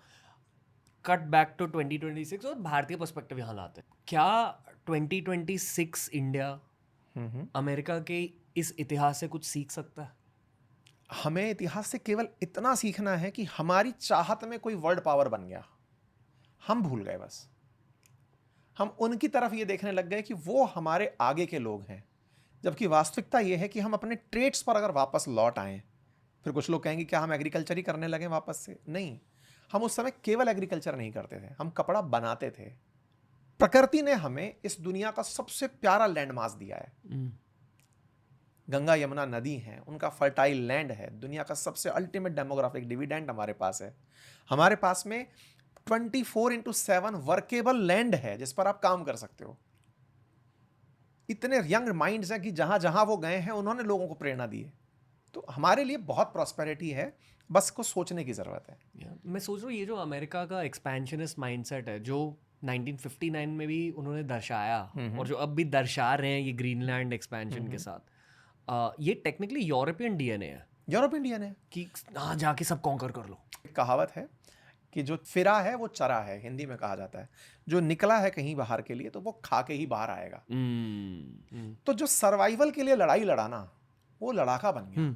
मैं अक्सर पेरेंट्स से एक रिक्वेस्ट करता हूँ कि अपने बच्चों को ना घर में मत रखो, उन्हें जाने दो वो जहाँ जाना चाहते हैं। आज ये जब हम कहते हैं ना श्वेत गोरी चमड़ी के जो लोग वर्ल्ड वाइड दिखाई क्यों देते हैं, क्योंकि इनके पेरेंट्स ने ना रोका नहीं यार। रोका भी नहीं, फेंक देता है घर के बाहर, निकलो। ऑस्ट्रेलिया फिका हुआ ही तो था। ऑस्ट्रेलिया एज ए पनिशमेंट के लिए मिली हुई जगह थी ना, क्योंकि ब्रिटेन में जिनको पनिशमेंट दिया जाता था उन्हें उठा के जहाज में भेज दिया जाता था ऑस्ट्रेलिया। वहां पहुंचकर उन्होंने एक देश बना लिया। At the end of the day human psychology changes the world ना, जो आपकी खुद की साइकोलॉजी है। फियर को जिसने कंकर किया ना, अमिताभ बच्चन जी यूपी से निकल कर आ रहे हैं, शाहरुख खान दिल्ली से निकल कर आ रहे हैं, सबका कहीं ना कहीं से कोई इतिहास है। ये बहुत पहले छोड़े, स्ट्रगल किए, एस्टेब्लिश हो गए। न जाने कितने ही अच्छे कलाकार आज अपने शहरों में घुट गए। अब मानते हो कि जो मॉडर्न डे कंट्रीज है और जो उनके करंट स्टोरीज है, जैसे हम कह रहे हैं अरे चाइना छा चुका है, अमेरिका ग्रो कर रहा है, इन सारों के करंट स्टोरीज में इनके हिस्ट्रीज दिख जाते हैं। बिल्कुल राइट। तो इफेक्टिवली इंडिया की हिस्ट्री ये दिख रही है कि हम पहले से स्मार्ट थे। हम पहले से स्मार्ट थे, बीच में हमें कुछ लोगों ने आकर ये समझाया कि तुम बेवकूफ हो। One step back. क्या थी बेवकूफ़ी? बेवकूफ़ी ये थी कि हमें वास्तव में ये रियलाइज कराया गया कि तुमने समुंदर पार क्यों नहीं किया, ये बताओ। तुम्हें खोजने के लिए वास्को डिगामा क्यों आया, तुम खोजने स्पेन पुर्तगाल क्यों नहीं गए। बहुत जेन्युइन बात है ना। आज हम एक्सपोर्ट आधारित कंट्री बनना चाहते हैं, चाइना बना बैठा है। यार जमीन से ही रास्ता चलता है क्या? जहाज तो अपने भी उतार सकते थे। हमें जब ये रियलाइज हुआ हम उतर के आए हैं। हमें जो जो गलती एहसास हुई है हम करने उतर तो गए ना। सो ये सब बातें सुनकर ना मुझे लग रहा है इसरो इज वेरी वेरी की नाउ। हाँ राइट। आज वहीं एक्सपेंशन होगी हमारी।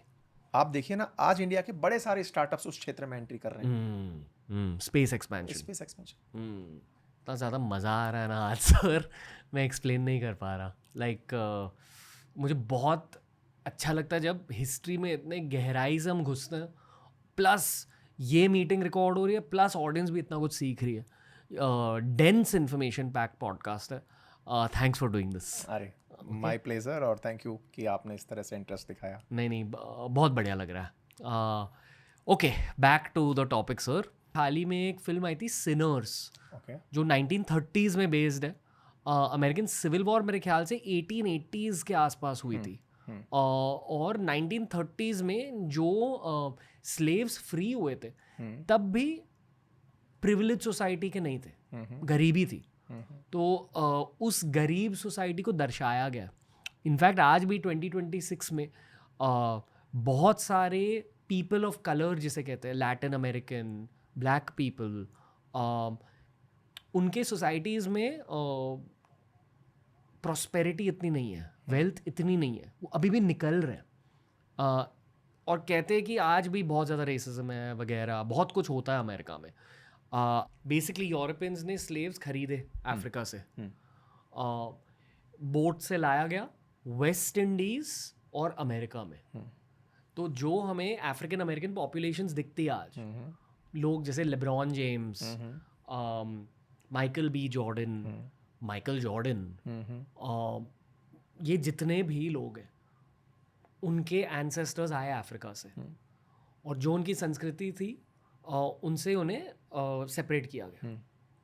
Same goes for West Indies, जितने भी वेस्ट इंडीज़ के क्रिकेटर हैं, इवन जो इंडियन ओरिजिन के क्रिकेटर हैं जैसे शिव नारायण चंद्रपॉल, राम नरेश सारवान, सुनील नारायण, इंडियंस को भी वहाँ गुलामी के लिए ब्रिटिशर्स का राज था ना जी।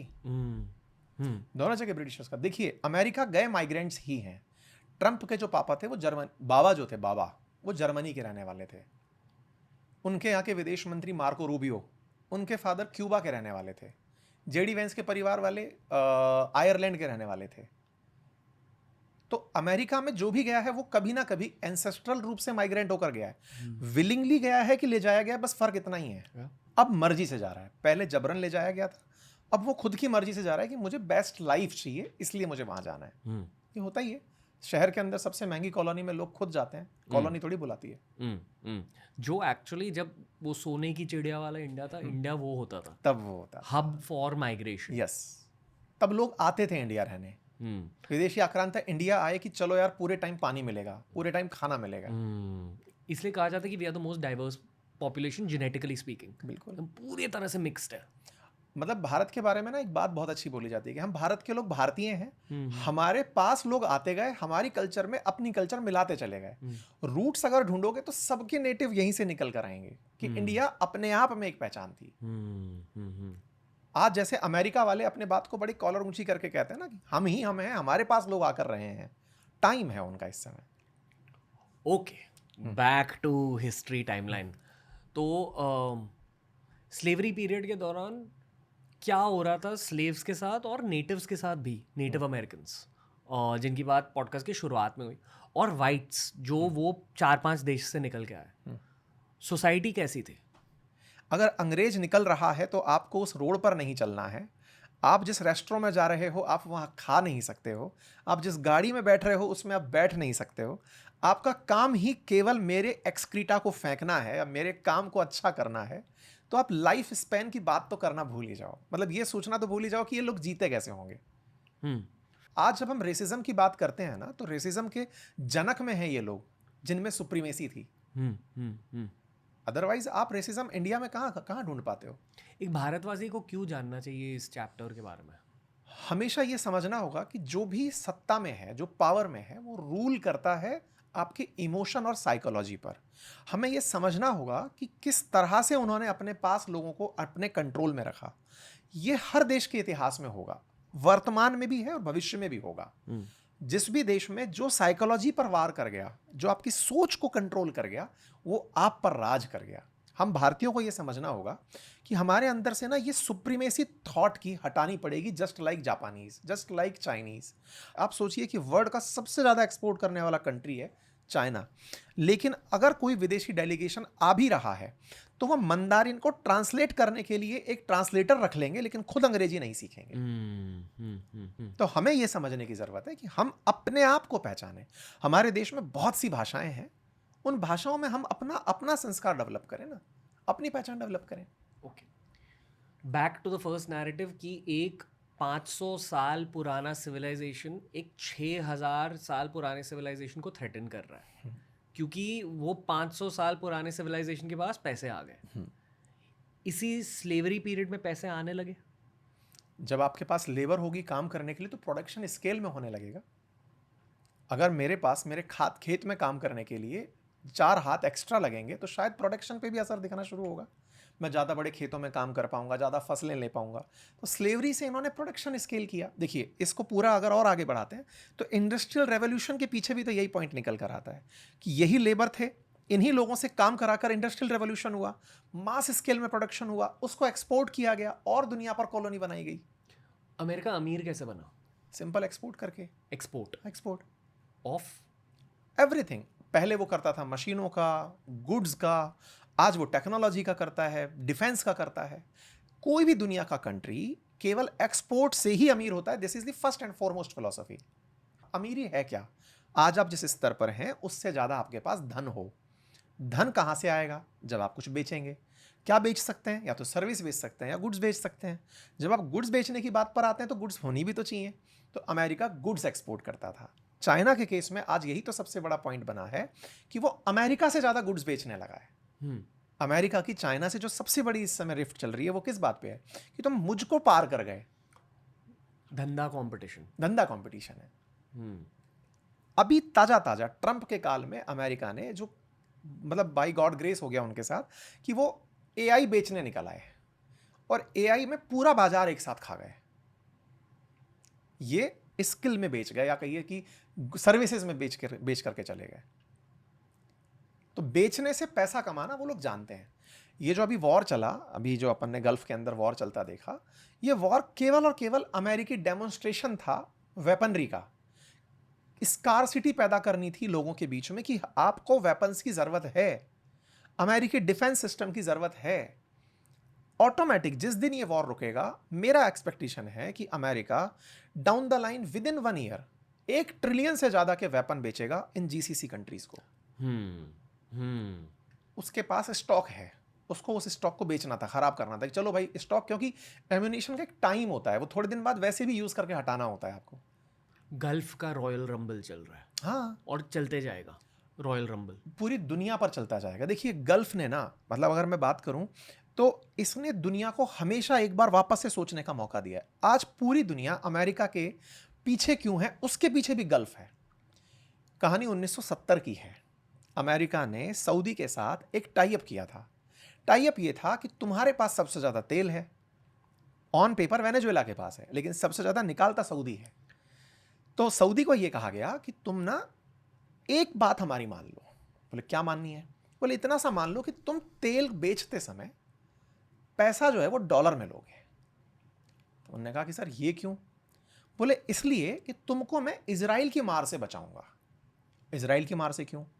1967 के अंदर जो 6 दिन का युद्ध चला था, इजराइल ने अरब के सारे देशों को मिलाकर एक बार में हरा दिया था। तो अमेरिका ने इजराइल का डर दिखाया। देखिए मैं बार बार मुन्ना भाई एमबीबीएस के एक सीन का जिक्र करता हूं, जिसमें सर्किट और मुन्ना भाई दोनों ही एक आदमी को ही निशाना बना रहे होते हैं। सर्किट जैसे सबसे पहला जो ओपनिंग सीन है, जिसमें सर्किट गोली मारता हुआ घूम रहा होता है एक आदमी को, और वो सेठ भाग करके मुन्ना भाई की गाड़ी में बैठता है। फिर मुन्ना भाई पीछे पीछे आगे भाग रहा होता है, और सेठ पीछे भाग करके उन्हीं के उस जगह चला जाता है जहां उसे लगता है कि मैं यहां बच जाऊंगा। तो अक्सर गल्फ में सर्किट रहा है इजराइल, वाह वाह, और मुन्ना भाई रहा है अमेरिका, और जो वो सेठ है ना, वो रहा है हमेशा जीसीसी। इजराइल पहले गोली मारता है धाड़ जैसे। इन्हें गाजा के अंदर पूरा गाजा चाहिए था। ट्रंप का सिंपल प्लान है कि मुझे राफा में अपना ट्रंप टावर खड़ा करना है, गाजा चाहिए था मुझे, तो करूं क्या? तो कतर के ऊपर इजराइल से गोली चलवाई कि चलाओ गोला। सितंबर 2025 में फायर हो जाता है। एकदम कतर तिलमिला जाता है कि मैं तो इतना पावरफुल कंट्री, पर कैपिटा में टॉप 5 में खड़ा हूं, मुझे कोई कैसे मार सकता है? ट्रंप के पास तुरंत कतर लेके पहुंचता है अपने ओआईसी कंट्रीज को कि चलो सब लोग चल के ट्रंप से शिकायत करेंगे। बोले आ जाओ बेटा, एक गुड कॉप है, एक बैड कॉप है। और नेतन्याहू भाई साहब एक चीज के लिए जाने जा सकते हैं, he is a sorry man. आप उनको कहो सॉरी बोलो, सॉरी अंकल। वो व्यक्ति हैं कि वो तत्काल प्रभाव से सॉरी बोलते हैं। वो अर्दगन को भी सॉरी बोल चुके हैं 15-20 साल पहले। उनका एक फ्लोटिला करके जहाज था, उस पर इजराइल ने गोला चलाया, 9 लोग मर गए, तुर्की के मर गए। बोले सॉरी बोलो, सॉरी। अमेरिका सॉरी बुलवाता है। तो इजराइल इन लोगों ने यहां पर सर्किट बना के छोड़ा हुआ कि सर्किट जाओ वहां पे गोला मारो। कतर ने गोला मारा, कतर पे गोला मारा। कतर तुरंत गया कि सर मेरे पास अल उदैद में आपका सेंटकॉम का एयर बेस है, क्या काम आ रहा है मेरे? वो जब मुझे ही मार खानी है तो मेरे काम क्या आ रहा है? बोले आओ भाई, सबको बुलाया। ट्रंप ने कहा कि इजराइल कहो सॉरी। Sir sorry. नेतन्याहू ने सॉरी बोली, हेडलाइन बनी। ओके। अब ट्रंप ने कहा देखो सॉरी बोल तो दिया है, तुम सबका मुझे साथ चाहिए। बोले क्या चाहिए? बोले यार बोर्ड ऑफ पीस बना रहा हूं मैं, यूएन का सब्स्टिट्यूट बना रहा हूं, गाजा को मिलकर डेवलप करेंगे। बताओ कितना कितना सब दोगे? सबसे बिलियंस में पैसे ले लिए। और गाजा के ऊपर अब इनमें से कोई देश कुछ नहीं बोल पाएगा। अमेरिका पूरी तरह से उसको अपने कंट्रोल में। आपने इतने दिन से, पिछले 1.5 महीने से युद्ध चल रहा है, गाजा की खबर सुनी क्या? गाजा सीज फायर के बाद से 550 लोग मर चुके हैं। इजराइल के ऑपरेशन आज भी जारी है। किस हेडलाइन में आ रहे हैं? ये यूनानी तकनीक अपना रखी है इन लोगों ने दर्द की, कि आपके इस हाथ में दर्द है, आपको अगर मुझे ध्यान हटाना है तो मैं आपके पैर में बड़ी चोट मार देता हूं, आप इसको भूल करके दूसरी जगह ध्यान ले जाओगे। तो जीसीसी की तो उन्होंने बॉल बना रखी है। तो मैं 1970 की बात करता हूं। तो अमेरिका ने, जब इजराइल ने बुरी तरह इनको पीटा, तो मतलब ये तो कतर की कहानी से रिलेट कर पाएगी हमारी ऑडियंस, लेकिन मैं पीछे लेके चलता हूं। 1967 के अंदर जब इजराइल ने इनको संयुक्त रूप से हरा दिया, सबके पीछे सिनाई पेनिनसुला पर कब्जा, लेबनान, जॉर्डन, इधर गाजा पे, और इधर वेस्ट बैंक पे, सब जगह कब्जा करता हुआ इजराइल चला गया। अपनी ताकत दिखाई अमेरिका ने कि देखो ये इतना पावरफुल है, अब मेरे कहने से पीछे हट रहा है। चलो साहब पीछे हटा दिया, हो गया। अब सऊदी के पास अमेरिका आता है और कहता है कि सुनो यार, मैं तुमको इजराइल की महत्वाकांक्षाओं से बचा सकता हूं, तुम्हारे पास ना तो न्यूक्लियर बॉम्ब है, रेगिस्तान में रहने वाले लोग हो, तुम्हारे पास तेल है, लेकिन जिसके पास तेल होता है उस पर कब्जा करने लोग आते हैं, तो मैं तुम्हें गारंटी देता हूं कि तुम्हारे ऊपर इजराइल कभी हमला नहीं करेगा। हफ्ता। हमेशा अपराध को संरक्षण अमीरों द्वारा दिया जाता है। तो अपराध को संरक्षण देने के लिए अमेरिका ने सऊदी का साथ दिया। बोले ठीक है साहब। बोले बदले में क्या चाहते हो? बोले तुम्हारा तेल बेचो, कोई दिक्कत नहीं है, बस बेचोगे डॉलर में। साहब ये एग्रीमेंट हो जाता है। एग्रीमेंट 2024 में 25 में खत्म हुआ है शायद, अभी रिसेंटली खत्म हुआ है ये, मतलब रिसेंट। इसे पेट्रो डॉलर एग्रीमेंट कहा जाता है। था क्या इस एग्रीमेंट में कि डॉलर में ही तेल खरीदना है, दुनिया का कोई भी देश। अब इसको आसान करते हैं। किसी रेस्टोरेंट पर आप गए जहां पर बहुत सारे लोग लाइन लगा के खड़े हैं, एक काउंटर है जहां समोसे मिलते हैं, आपने जाके पैसे निकाले, समोसे वाले को दिए कि भाई साहब समोसे देना, उसने मना कर दिया, सॉरी सर। बोले क्या? बोले उस काउंटर पर जाइए, टोकन लेकर आइए। अब समझिए, आप गए, पैसे दिए, 20 रुपए पकड़ भाई, टोकन दे, प्लास्टिक का टोकन मिला, प्लास्टिक का टोकन लिया, इस टोकन को जाकर के मैं समोसे वाले को दे रहा हूं, तो समोसा दे रहा है। अरे भाई ये समोसा तो अब भी 20 का ही है, ये बीच में टोकन क्यों घुसाया? क्योंकि वो जो बीच में सीट लगा के बैठा है ना, उसने कह रखा है कि बेटा बिना टोकन के समोसा दे दिया ना, दिक्कत खड़ी कर दूंगा। मुझे पता रहना चाहिए तुमने कितना समोसा बेचा। मुन्ना भाई, एग्जैक्टली, मुन्ना भाई टोकन बेच रहे हैं। टोकन बेच रहा है। तो अमेरिका का टोकन है डॉलर। तो सब लोगों को पहले तेल खरीदना है, लेकिन क्या खरीदना है पहले? डॉलर। अभी रिसेंटली आपने देखा होगा भारत का करंट अकाउंट डेफिसिट 2% बढ़ा है, मतलब हमारा फॉरेक्स रिजर्व कम हुआ है। क्यों कम हुआ है? क्योंकि हमने डॉलर को ज्यादा यूज कर लिया है। क्यों यूज कर लिया? क्योंकि तेल महंगा हो गया। मतलब हमें तेल खरीदने के, मतलब युद्ध कहीं भी हो रहा है, हमें डॉलर का संकट हो रहा है। हर दुनिया का देश क्या खरीदने, सोचो ना, युद्ध करता है अमेरिका, तेल होता है महंगा, और दुनिया को क्या खरीदने भागना पड़ता है? डॉलर। कोई देश जो युद्ध से लाभान्वित होता है वो अमेरिका है। तो अब मैं 1970 की जिस बात को आपको कर रहा हूं, जब इन्होंने एग्रीमेंट किया सऊदी से कि दुनिया का कोई भी देश तेल चाहेगा डॉलर लेके जाएगा, तो सऊदी जो है ना वो जीसीसी का लीडर है। गल्फ कॉपरेशन काउंसिल के जो देश हैं 6 देश, उनका लीडर जो तेल निकालते हैं। ओपेक में उसका सिक्का चलता है, organization of petroleum exporting countries में। बोले मैं कहूंगा जो सबको मानना पड़ेगा, मैं रेट तय करूंगा, रेट तय होगी डॉलर में। दुनिया के जो भी इंपोर्ट आधारित देश हैं, चाहे भारत हो, चाइना हो, कोरिया हो, चाइना, जापान हो, सब, इन सबको डॉलर खरीदने की जरूरत पड़ी। अब सऊदी को बदले में क्या मिला? लो जी साहब, मैंने तो डॉलर ले लिए, अब बताओ क्या करना है साहब मुझे। बोले तुम इन डॉलर को अमेरिका में बॉन्ड में इन्वेस्ट करो। बॉन्ड क्या होता है? बॉन्ड होता है सरकारी लोन। वैसे प्राइवेट कंपनी भी लोन लेती है, ऐसे सरकार भी लोन लेती है। सरकारी बॉन्ड में सऊदी से पैसा इन्वेस्ट कराया। देखो ये जो टोकन था ना, जो टोकन था, जो अभी इकट्ठा किसके पास हुआ? सऊदी के पास। सऊदी से कहा इस पैसे को उठाओ और अमेरिका में इन्वेस्ट कर दो। सऊदी पहुंच गया इन्वेस्ट करने। बदले में क्या मिलेगा? बोले तुमने जो पैसा इन्वेस्ट किया है उससे ज्यादा परसेंटेज पर रिटर्न दूंगा। चलो 7% का रिटर्न तुम्हें सालाना दे रहा हूं, एक आम भाषा में समझ लेते हैं। इसके अलावा क्या दूंगा? पैसा तो आ गया, तुमने मेरी करेंसी में इन्वॉल्वमेंट भी दिखा दिया, तुम्हारा रखे रखे पैसा भी बढ़ गया। अब तुम सुविधाएं बोलो क्या चाहते हो? बोले साहब डिफेंस इक्विपमेंट चाहिए, ये पकड़ो। F-35 चाहिए, ये पकड़ो। थार चाहिए, ये पकड़ो। पैट्रियट चाहिए, ये पकड़ो। तुम्हारी तरफ कोई हाथ उठाकर नहीं देखेगा। बात समझ में आई? ये काम करके अमेरिका ने पूरे वर्ल्ड के डॉलर को कंट्रोल किया, डॉलर की स्कारसिटी को कंट्रोल किया। ये पेट्रो डॉलर एग्रीमेंट है आज के कलेश की वजह। आपने कहा कि एग्रीमेंट अभी हाल ही में खत्म हुआ है। ये हॉर्मुज की लड़ाई की असली वजह पेट्रो डॉलर है। पेट्रो डॉलर एग्रीमेंट एग्रीमेंट का एंड होना। डिड यू प्रिडिक्ट दैट कुछ होगा? आप ऐसे समझो, मैं पेट्रो डॉलर एग्रीमेंट में आपको एक बात तो समझ में आ गई कि डॉलर की ही स्कारसिटी पैदा करनी थी इन्हें। तेल डॉलर में बिक रहा था, तो हर देश क्या चाहेगा जो इन 50 सालों में अमीर बना, वो क्या चाहेगा कि यार डॉलर में नहीं खरीद बेचान होना चाहिए। अब क्या है कि चाइना ने ईरान से कहा कि मैं तुमसे $400 बिलियन का तेल खरीदूंगा, ठीक है, लेकिन कंडीशन यह है कि डॉलर में नहीं खरीदूंगा। तो बोले किस में खरीदोगे? बोले युआन में खरीदूंगा। समझ में आया? तो इसे पेट्रो युआन एग्रीमेंट कहा गया। मतलब धीरे धीरे इन कंट्रीज ने डॉलर का विकल्प तलाशना शुरू किया। अब आपके पास युआन इकट्ठे हो गए, करोगे क्या? बोले उन्हीं को लेकर के तुम चाइना में आ जाओ, मैं तुम्हें वेपन भी दूंगा। जैसे अभी HQ-9B के बारे में चर्चा सुनी कि हो सकता है चाइना का ही वो एंटी मिसाइल था, एंटी एयरक्राफ्ट था, जिसने फाइटर जेट गिरा दिया अमेरिका का। एग्जैक्टली जो अमेरिका ने किया, वही प्लेबुक लेकर के वो बैठा हुआ है। यहाँ 2021 में $400 बिलियन का ये देखिए एग्रीमेंट साइन हुआ है। और वो जो दूसरा आर्टिकल था जहां लिखा गया था कि Saudi Arabia cancelled the agreement. अब सऊदी अरेबिया को इधर से दो बड़े खरीदार दिख गए, रशिया दिख गया और चाइना दिख गया। ओके। कि भाई मैं डॉलर की कसम क्यों खाऊं, ठीक है दुनिया के पास डॉलर में बेचता रहूंगा, अब भाई वो भी तो मांडोली करेगा। तो ट्रंप ने उसी के अंदर डर भरने के लिए ईरान का युद्ध शुरू करवाया क्योंकि कि इन्हें कूटो। हाँ, ट्रंप और अमेरिका को पता था कि रॉयल रंबल स्टार्ट होगा ऐसे। हाँ, तो अब इनमें डर भरा गया कि मारो ईरान को, ईरान मारेगा, ईरान सऊदी को मारेगा, सऊदी तुरंत त्राहीमाम करता हुआ पहुंचेगा, सर मुझे बचाओ। बोले कहा था मैंने तो पहले ही, तुम ही ने एग्रीमेंट रिन्यू नहीं किया, मैं तो सुरक्षा कर लेता तुम्हारी। इन सब के अंदर डर भर दिया। यूएई, कतर जो सोच रहे थे कि अब तो हम सुरक्षित हैं, क्यों? क्योंकि अमेरिका जानता था कि अच्छा इंटरेस्टिंग फैक्ट है, अब एक बड़ा सवाल यहां पे ऑडियंस के दिमाग में आता है कि चाइना और रशिया मदद करने क्यों नहीं आ गए, या इन्होंने तुरंत डिफेंस इक्विपमेंट क्यों नहीं बेच दिए। इसको ऐसे समझो, मेरे पास मान लो मर्सिडीज की गाड़ी है, तो मेरे में ऑडी के पार्ट्स काम नहीं करेंगे। मेरे पास टोयोटा की गाड़ी है, तो महिंद्रा के पार्ट्स काम नहीं करेंगे।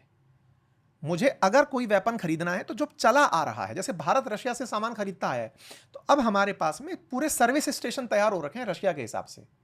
अगर हमें गाड़ियां बदलनी है तो सर्विस स्टेशन तैयार करने पड़ेंगे, बड़ा निवेश है वो। तो कोई भी देश तत्काल प्रभाव से तैयार नहीं होता, वो एक सोचता है कि अरे रुक जाओ भाई, इसी से खरीदते हैं तो खरीदते रहते हैं। एक कंफर्ट भी है और लेस इन्वेस्टमेंट भी है। इनको डर दिखाना जरूरी था। इन्हें लगने लगा था सब कुछ बहुत अच्छा है। सऊदी अरब लाइन नाम से एक शहर बना रहा था, बोले इनको डराओ यार थोड़ा। नियम। दो सवाल है। जो सऊदी के बादशाह हैं, एमबीएस, हाँ प्रिंस हैं वो क्या सोच रहे हैं अभी ये सब रॉयल रंबल का माहौल देख के? देखो वो कुछ भी सोचें, जब ट्रंप उनके बारे में खुलेआम ये लिख सकते हैं कि ही किस माई, मजाक है। आप ओआईसी के लीडर को, आप जीसीसी के लीडर को, जो अब तक सबके बीच में इस ठसक में घूमता था कि सुनो भैया हम महान, ट्रंप उनका इतना बड़ा मजाक बनाते थे, पपेट बना लिया भाई। गुस्सा दुख तो फील होता होगा, कुछ कर नहीं सकते, हैंड्स आर टाइड, हथकड़ियां। ट्रंप तो बढ़िया से खेल रहे हैं। दूसरा सवाल, ये रॉयल रंबल देख के चाइना क्या सोच रहा है? It's an opportunity, but he will never enter into a war until unless वो prosperity में अमेरिका को पहले पछाड़ ना दे। He will wait and watch. शांति बनाए नहीं, वो हमेशा एक, अभी द इकोनॉमिस्ट ने एक बहुत अच्छा आर्टिकल लिखा था कि आपका सबसे अच्छा टाइम जब होता है जब शत्रु आपकी गलती कर रहा होता है। तो शी जिनपिंग की फोटो बनी थी, इकोनॉमिस्ट का वो आर्टिकल है बहुत फेमस, जिसमें वो फोटो बनी हुई है कि शी जिनपिंग मुस्कुराते हुए दिखाएं उन्होंने कि वो सबसे अच्छा टाइम है जब आपका कॉम्पिटिटर गलती कर रहा हो। यानी कि अमेरिका गलती कर रहा है, साफ दिख रहा है। उसने यूरोप को छोड़ दिया, नेटो को छोड़ दिया। उसने उन लोगों को भी ये समझा दिया कि तुम कुछ नहीं हो। असल में ये ऐसी वाली बात है कि साहब को पता तो था कि साहब ताकतवर हैं, साहब के नीचे वालों को भी पता था साहब ताकतवर हैं। साहब ने अब तक एक लिहाज रखा हुआ था सभ्यता का, मैनर्ड थे साहब। अब साहब ने जो पर्दा हटा दिया। बट ओके, एक और नैरेटिव है यहाँ कि ये एक एसिमेट्रिक वॉर है currently what is going on. Asymmetric यानी कि ईरान लो कॉस्ट वॉरफेयर कर रहा है, अमेरिका ज़्यादा खर्चा कर रहा है। इट्स सीमिंग लाइक बहुत टाइम तक ये युद्ध चलेगा, यूक्रेन रशिया टाइप माहौल ऑन हो गया यहाँ। पैरेलली अमेरिका ज़्यादा अमीर बन रहा है इस युद्ध की वजह से, बट नेटो अमेरिका से दूर हट गया, यूरोप अमेरिका से दूर हट गया। ऑफिशियली तो नहीं, अभी ऑफिशियली तो नहीं, साइकोलॉजिकल वारफेयर में नाटो जो है वो अमेरिका से अलग होकर सरवाइव करने की सोच रहा है, लेकिन उनके लिए भी इतना आसान नहीं है। ओके, इस पूरे कॉन्फ्लिक्ट से रशिया भी ज़्यादा अमीर हो रहा है क्योंकि लोग रशियन तेल खरीद रहे हैं। Definitely right. अमेरिका भी ज़्यादा अमीर बन रहा है। बिल्कुल। चाइना भी अमीर बन रहा है क्योंकि लोग वेपन्स खरीद रहे हैं। अभी वेपन्स नहीं खरीद रहे हैं, चाइना का महत्व समझ रहे हैं लोग। चाइना को ये एक इन्वेस्टमेंट दिख रहा है। यूरोप के पिछले एक साल में जब से ट्रंप आए हैं, इमानुएल मैक्रोन, कीर स्टारमर, कनाडा से मार्क कार्नी, ये सब लोग पिछले एक साल में चाइना की यात्रा करके आए हैं। ओके, जो अब तक नहीं जाते थे। कि अमेरिका जॉन सीना, यहाँ एक रैंडी ऑर्टन भी है। हाँ, कि यार सुनो, हमको ना उनके साथ खड़ा होना पड़ेगा। Geopolitical chess board is moving basically. हाँ, देखिए, जब भी युद्ध हो रहा होता है, लोग हीरो और विलन में अपना पक्ष चुनते हैं। फिलहाल नैरेटिव वॉर में अमेरिका शुरुआत हीरो बन के किया था, बाद में विलन दिखने लगा, तो उस विलन से लोग दूर भागने शुरू हुए। ओके, इफेक्टिवली कुछ वक्त तक तो अभी ये युद्ध चलेगा, राइट? इट्स नॉट लाइक 1 महीने में ये युद्ध समाप्त नहीं, होगा। इसमें मेरा कुछ अलग से है। मैं पहले भी कई बार बोलता आया हूँ, ये युद्ध इतना चलना था, ये तय था। यहाँ से आगे चलेगा या नहीं चलेगा, ये अमेरिका तय करेगा। अच्छा, हाँ, कब तक तय करेगा? असल में क्या है कि ट्रंप के साथ ट्रंप की लोकल मीडिया मजाक करने लग गई है। वॉशिंगटन पोस्ट, न्यूयॉर्क टाइम्स और जो CNN है, इन्होंने अमेरिका में इस न्यूज़ को सर्कुलेट कर दिया कि ट्रंप ने प्री मैच्योर विक्ट्री अनाउंस कर दी कि मैंने स्ट्रेट ऑफ हॉर्मुज खुलवा दिया है, मैंने युद्ध शांत करवा दिया है। जबकि स्ट्रेट ऑफ हॉर्मुज यानी कि ट्रंप का कंपैरिजन करा दिया कि बिफोर वॉर ये था और पोस्ट वॉर ये है। अच्छा, ट्रंप का जो इन दिनों बिहेवियर है, लोग उसको नार्सिसिस्ट अप्रोच कह रहे हैं कि उन्हें आप आत्ममुग्ध कर सकते हो, प्रशंसा तो कर सकते हो, क्रिटिसिज्म नहीं कर सकते। तो अमेरिका इटसेल्फ में उनके खिलाफ जो खबरें छप रही हैं, ट्रंप उनका खुलेआम विरोध कर रहे हैं। ये अगर अखबार खबर ना छापते तो शायद ट्रंप स्ट्रेट ऑफ हॉर्मुज खुलवाने के लिए एफर्ट भी ना डालते, जेडी वेंस को पाकिस्तान भी ना भेजते। वो ये जो अभी दोबारा ब्लॉकेड किए हैं कि अगर ईरान ने ब्लॉक किया है तो आगे रास्ता मैं ब्लॉक करूंगा, ये स्ट्रेटजी उनकी ये दर्शाती है कि उन्होंने अमेरिका में अपनी इमेज को जब डेंट होते हुए देखा कि मुझे हारा हुआ दिखा दिया इन लोगों ने, मेरे देश की मीडिया मुझे हारा हुआ कह रही है, तो मुझे अब साम दाम दंड भेद उन्हें रास्ता खोलने के लिए मजबूर करना होगा। कंप्लीट ब्लॉकेड मुझे ईरान पर लगाना होगा। या इल्यूमिनाटी क्या करने की कोशिश कर रही है इस सब के पीछे? इल्यूमिनाटी मेरी नज़र में अमेरिका के सब तेल विक्रेता हैं जो तेल बेचते हैं और बढ़िया पैसा कमा रहे हैं, बढ़िया पैसा कमा रहे हैं। बट उन्हें ट्रंप ने इतना कमा के दे दिया, वेनेजुएला कमा के दे दिया कि लो बेटा ऐश करो।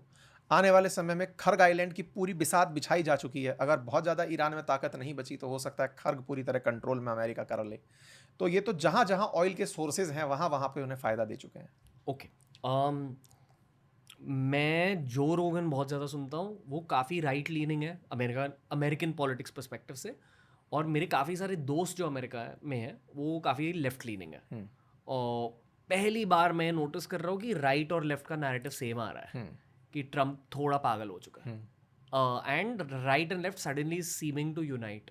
कारण केवल इतना, इमेज कॉन्शियस है अमेरिका के अंदर भी वही सारे ब्रिटिशर्स बसते हैं साइकोलॉजी में जो ये मानते हैं कि हमने किया तो सही किया होगा। सोशल मीडिया ने नैरेटिव पलट करके ईरान के पक्ष में खड़ा कर दिया। ओके, ये कैसे हुआ? पर देखिए, आप किसी को बहुत दिन तक पीटते रहोगे ना, तो पिटने वाले के प्रति सिंपैथी हो जाती है, दुनिया का तरस। जब आप खोजने निकलते हो कि ये पिट क्यों रहा है, तो पता करते हो कि यार इसने भी तो तब से पहले death to America, death to Israel कहा था। पर फिर आप कहने इतना भी थोड़ी कहा था। ये वैसी वाली बात है कि गाजा से हमास निकल कर आया, इजराइल के अंदर इतने लोगों को मार दिया। उस समय सारा सेंटिमेंट इजराइल के साथ खड़ा था कि हमास ने गलत किया। हमास ने गलत किया तो फिर इजराइल ने उन्हें मारना शुरू किया। तो फिर लोगों का इतना थोड़ी मारोगे कि यार हजारों लोग मार दिए, तो फिर सिस्टम पूरा सिंपैथी का गाजा के साथ खड़ा हो गया। तो ये वैसा है कि जो पिट रहा है उसके साथ सिंपैथी है। ओके, तो इफेक्टिवली प्रिडिक्शन है कि अब ये अनप्रेडिक्टेबल सिचुएशन है। साम दाम दंड भेद लगाकर ट्रंप इस युद्ध को रुकवाने का हर संभव प्रयास करेंगे। बात इज्जत पे अड़ी जो है बस। Okay, but asymmetric war will continue. आपने ईरान को वो बना दिया है कि आपके शीशे के घर के सामने वो पत्थर लेके हमेशा खड़ा है, मारू कंकर, फोड़ू शीशा, और आप एनी टाइम बाहर खड़े हो गया, पत्थर मत मार देना। शीशे का घर GCC countries, UAE, Dubai, Abu Dhabi. Wow wow, मैं बहुत ज़्यादा स्टिमुलेटेड हूँ।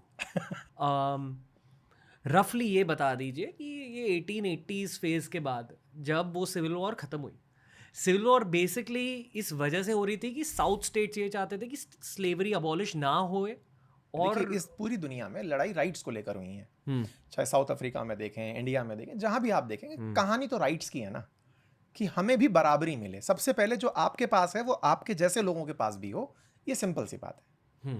राइट्स को लेकर जब जब क्रांति होंगी, तो परिवर्तन दिखेगा आपको। वो परिवर्तन अमेरिका में भी सिविल वॉर के नाम से जाना गया, राइट्स की लड़ाई थी ना। अश्वेत ये कह रहे थे कि तुम ऐसा क्या कर रहे हो। फिर से आते हैं वहीं पे, इंडस्ट्रियल रेवोल्यूशन जब अमेरिका में होता है, बड़े मास स्केल पर उठा करके आप लोगों से काम करवाते हैं, मशीनों में काम करवाते हैं, स्लेव्स को उठा उठा करके मशीनों में घंटों पर मतलब आप श्रम करवाते हैं, और उनसे जो पैसा बनाते हैं उनको लेकर के आप बड़ी अय्याशियां करते हैं, बड़े सारे आइलैंड्स परचेज कर लेते हैं। अमीर लोग अंग्रेज जो हैं वो जा जाकर दुनिया भर में बड़े बड़े फार्म खरीद लेते हैं, वहाँ हेलीकॉप्टर से तो बीज डलते हैं, सब तरह की सुविधाएं वो अपने लिए विकसित करते हैं। लेकिन वहीं दूसरी तरफ उन लोगों के साथ जिन लोगों ने आपके लिए काम किया, उनके साथ आप जाति ही करते चले जाते हैं, है ना। तो इंडस्ट्रियल रेवोल्यूशन ने फिर एक और चिंगारी भड़काई, मार्क्सवाद के रूप में, साम्यवाद के रूप में, कम्युनिज्म के रूप में। हुआ क्या, मार्क्स के बारे में, जो जर्मन एक दार्शनिक थे जिन्होंने साम्यवाद की परिभाषा दी थी, जिसने ये कहा था कि सर्वहारा वर्ग के हाथ में शासन होगा, मतलब जो जो काम कर रहा है असल में उसी के हाथ में कंट्रोल होना चाहिए।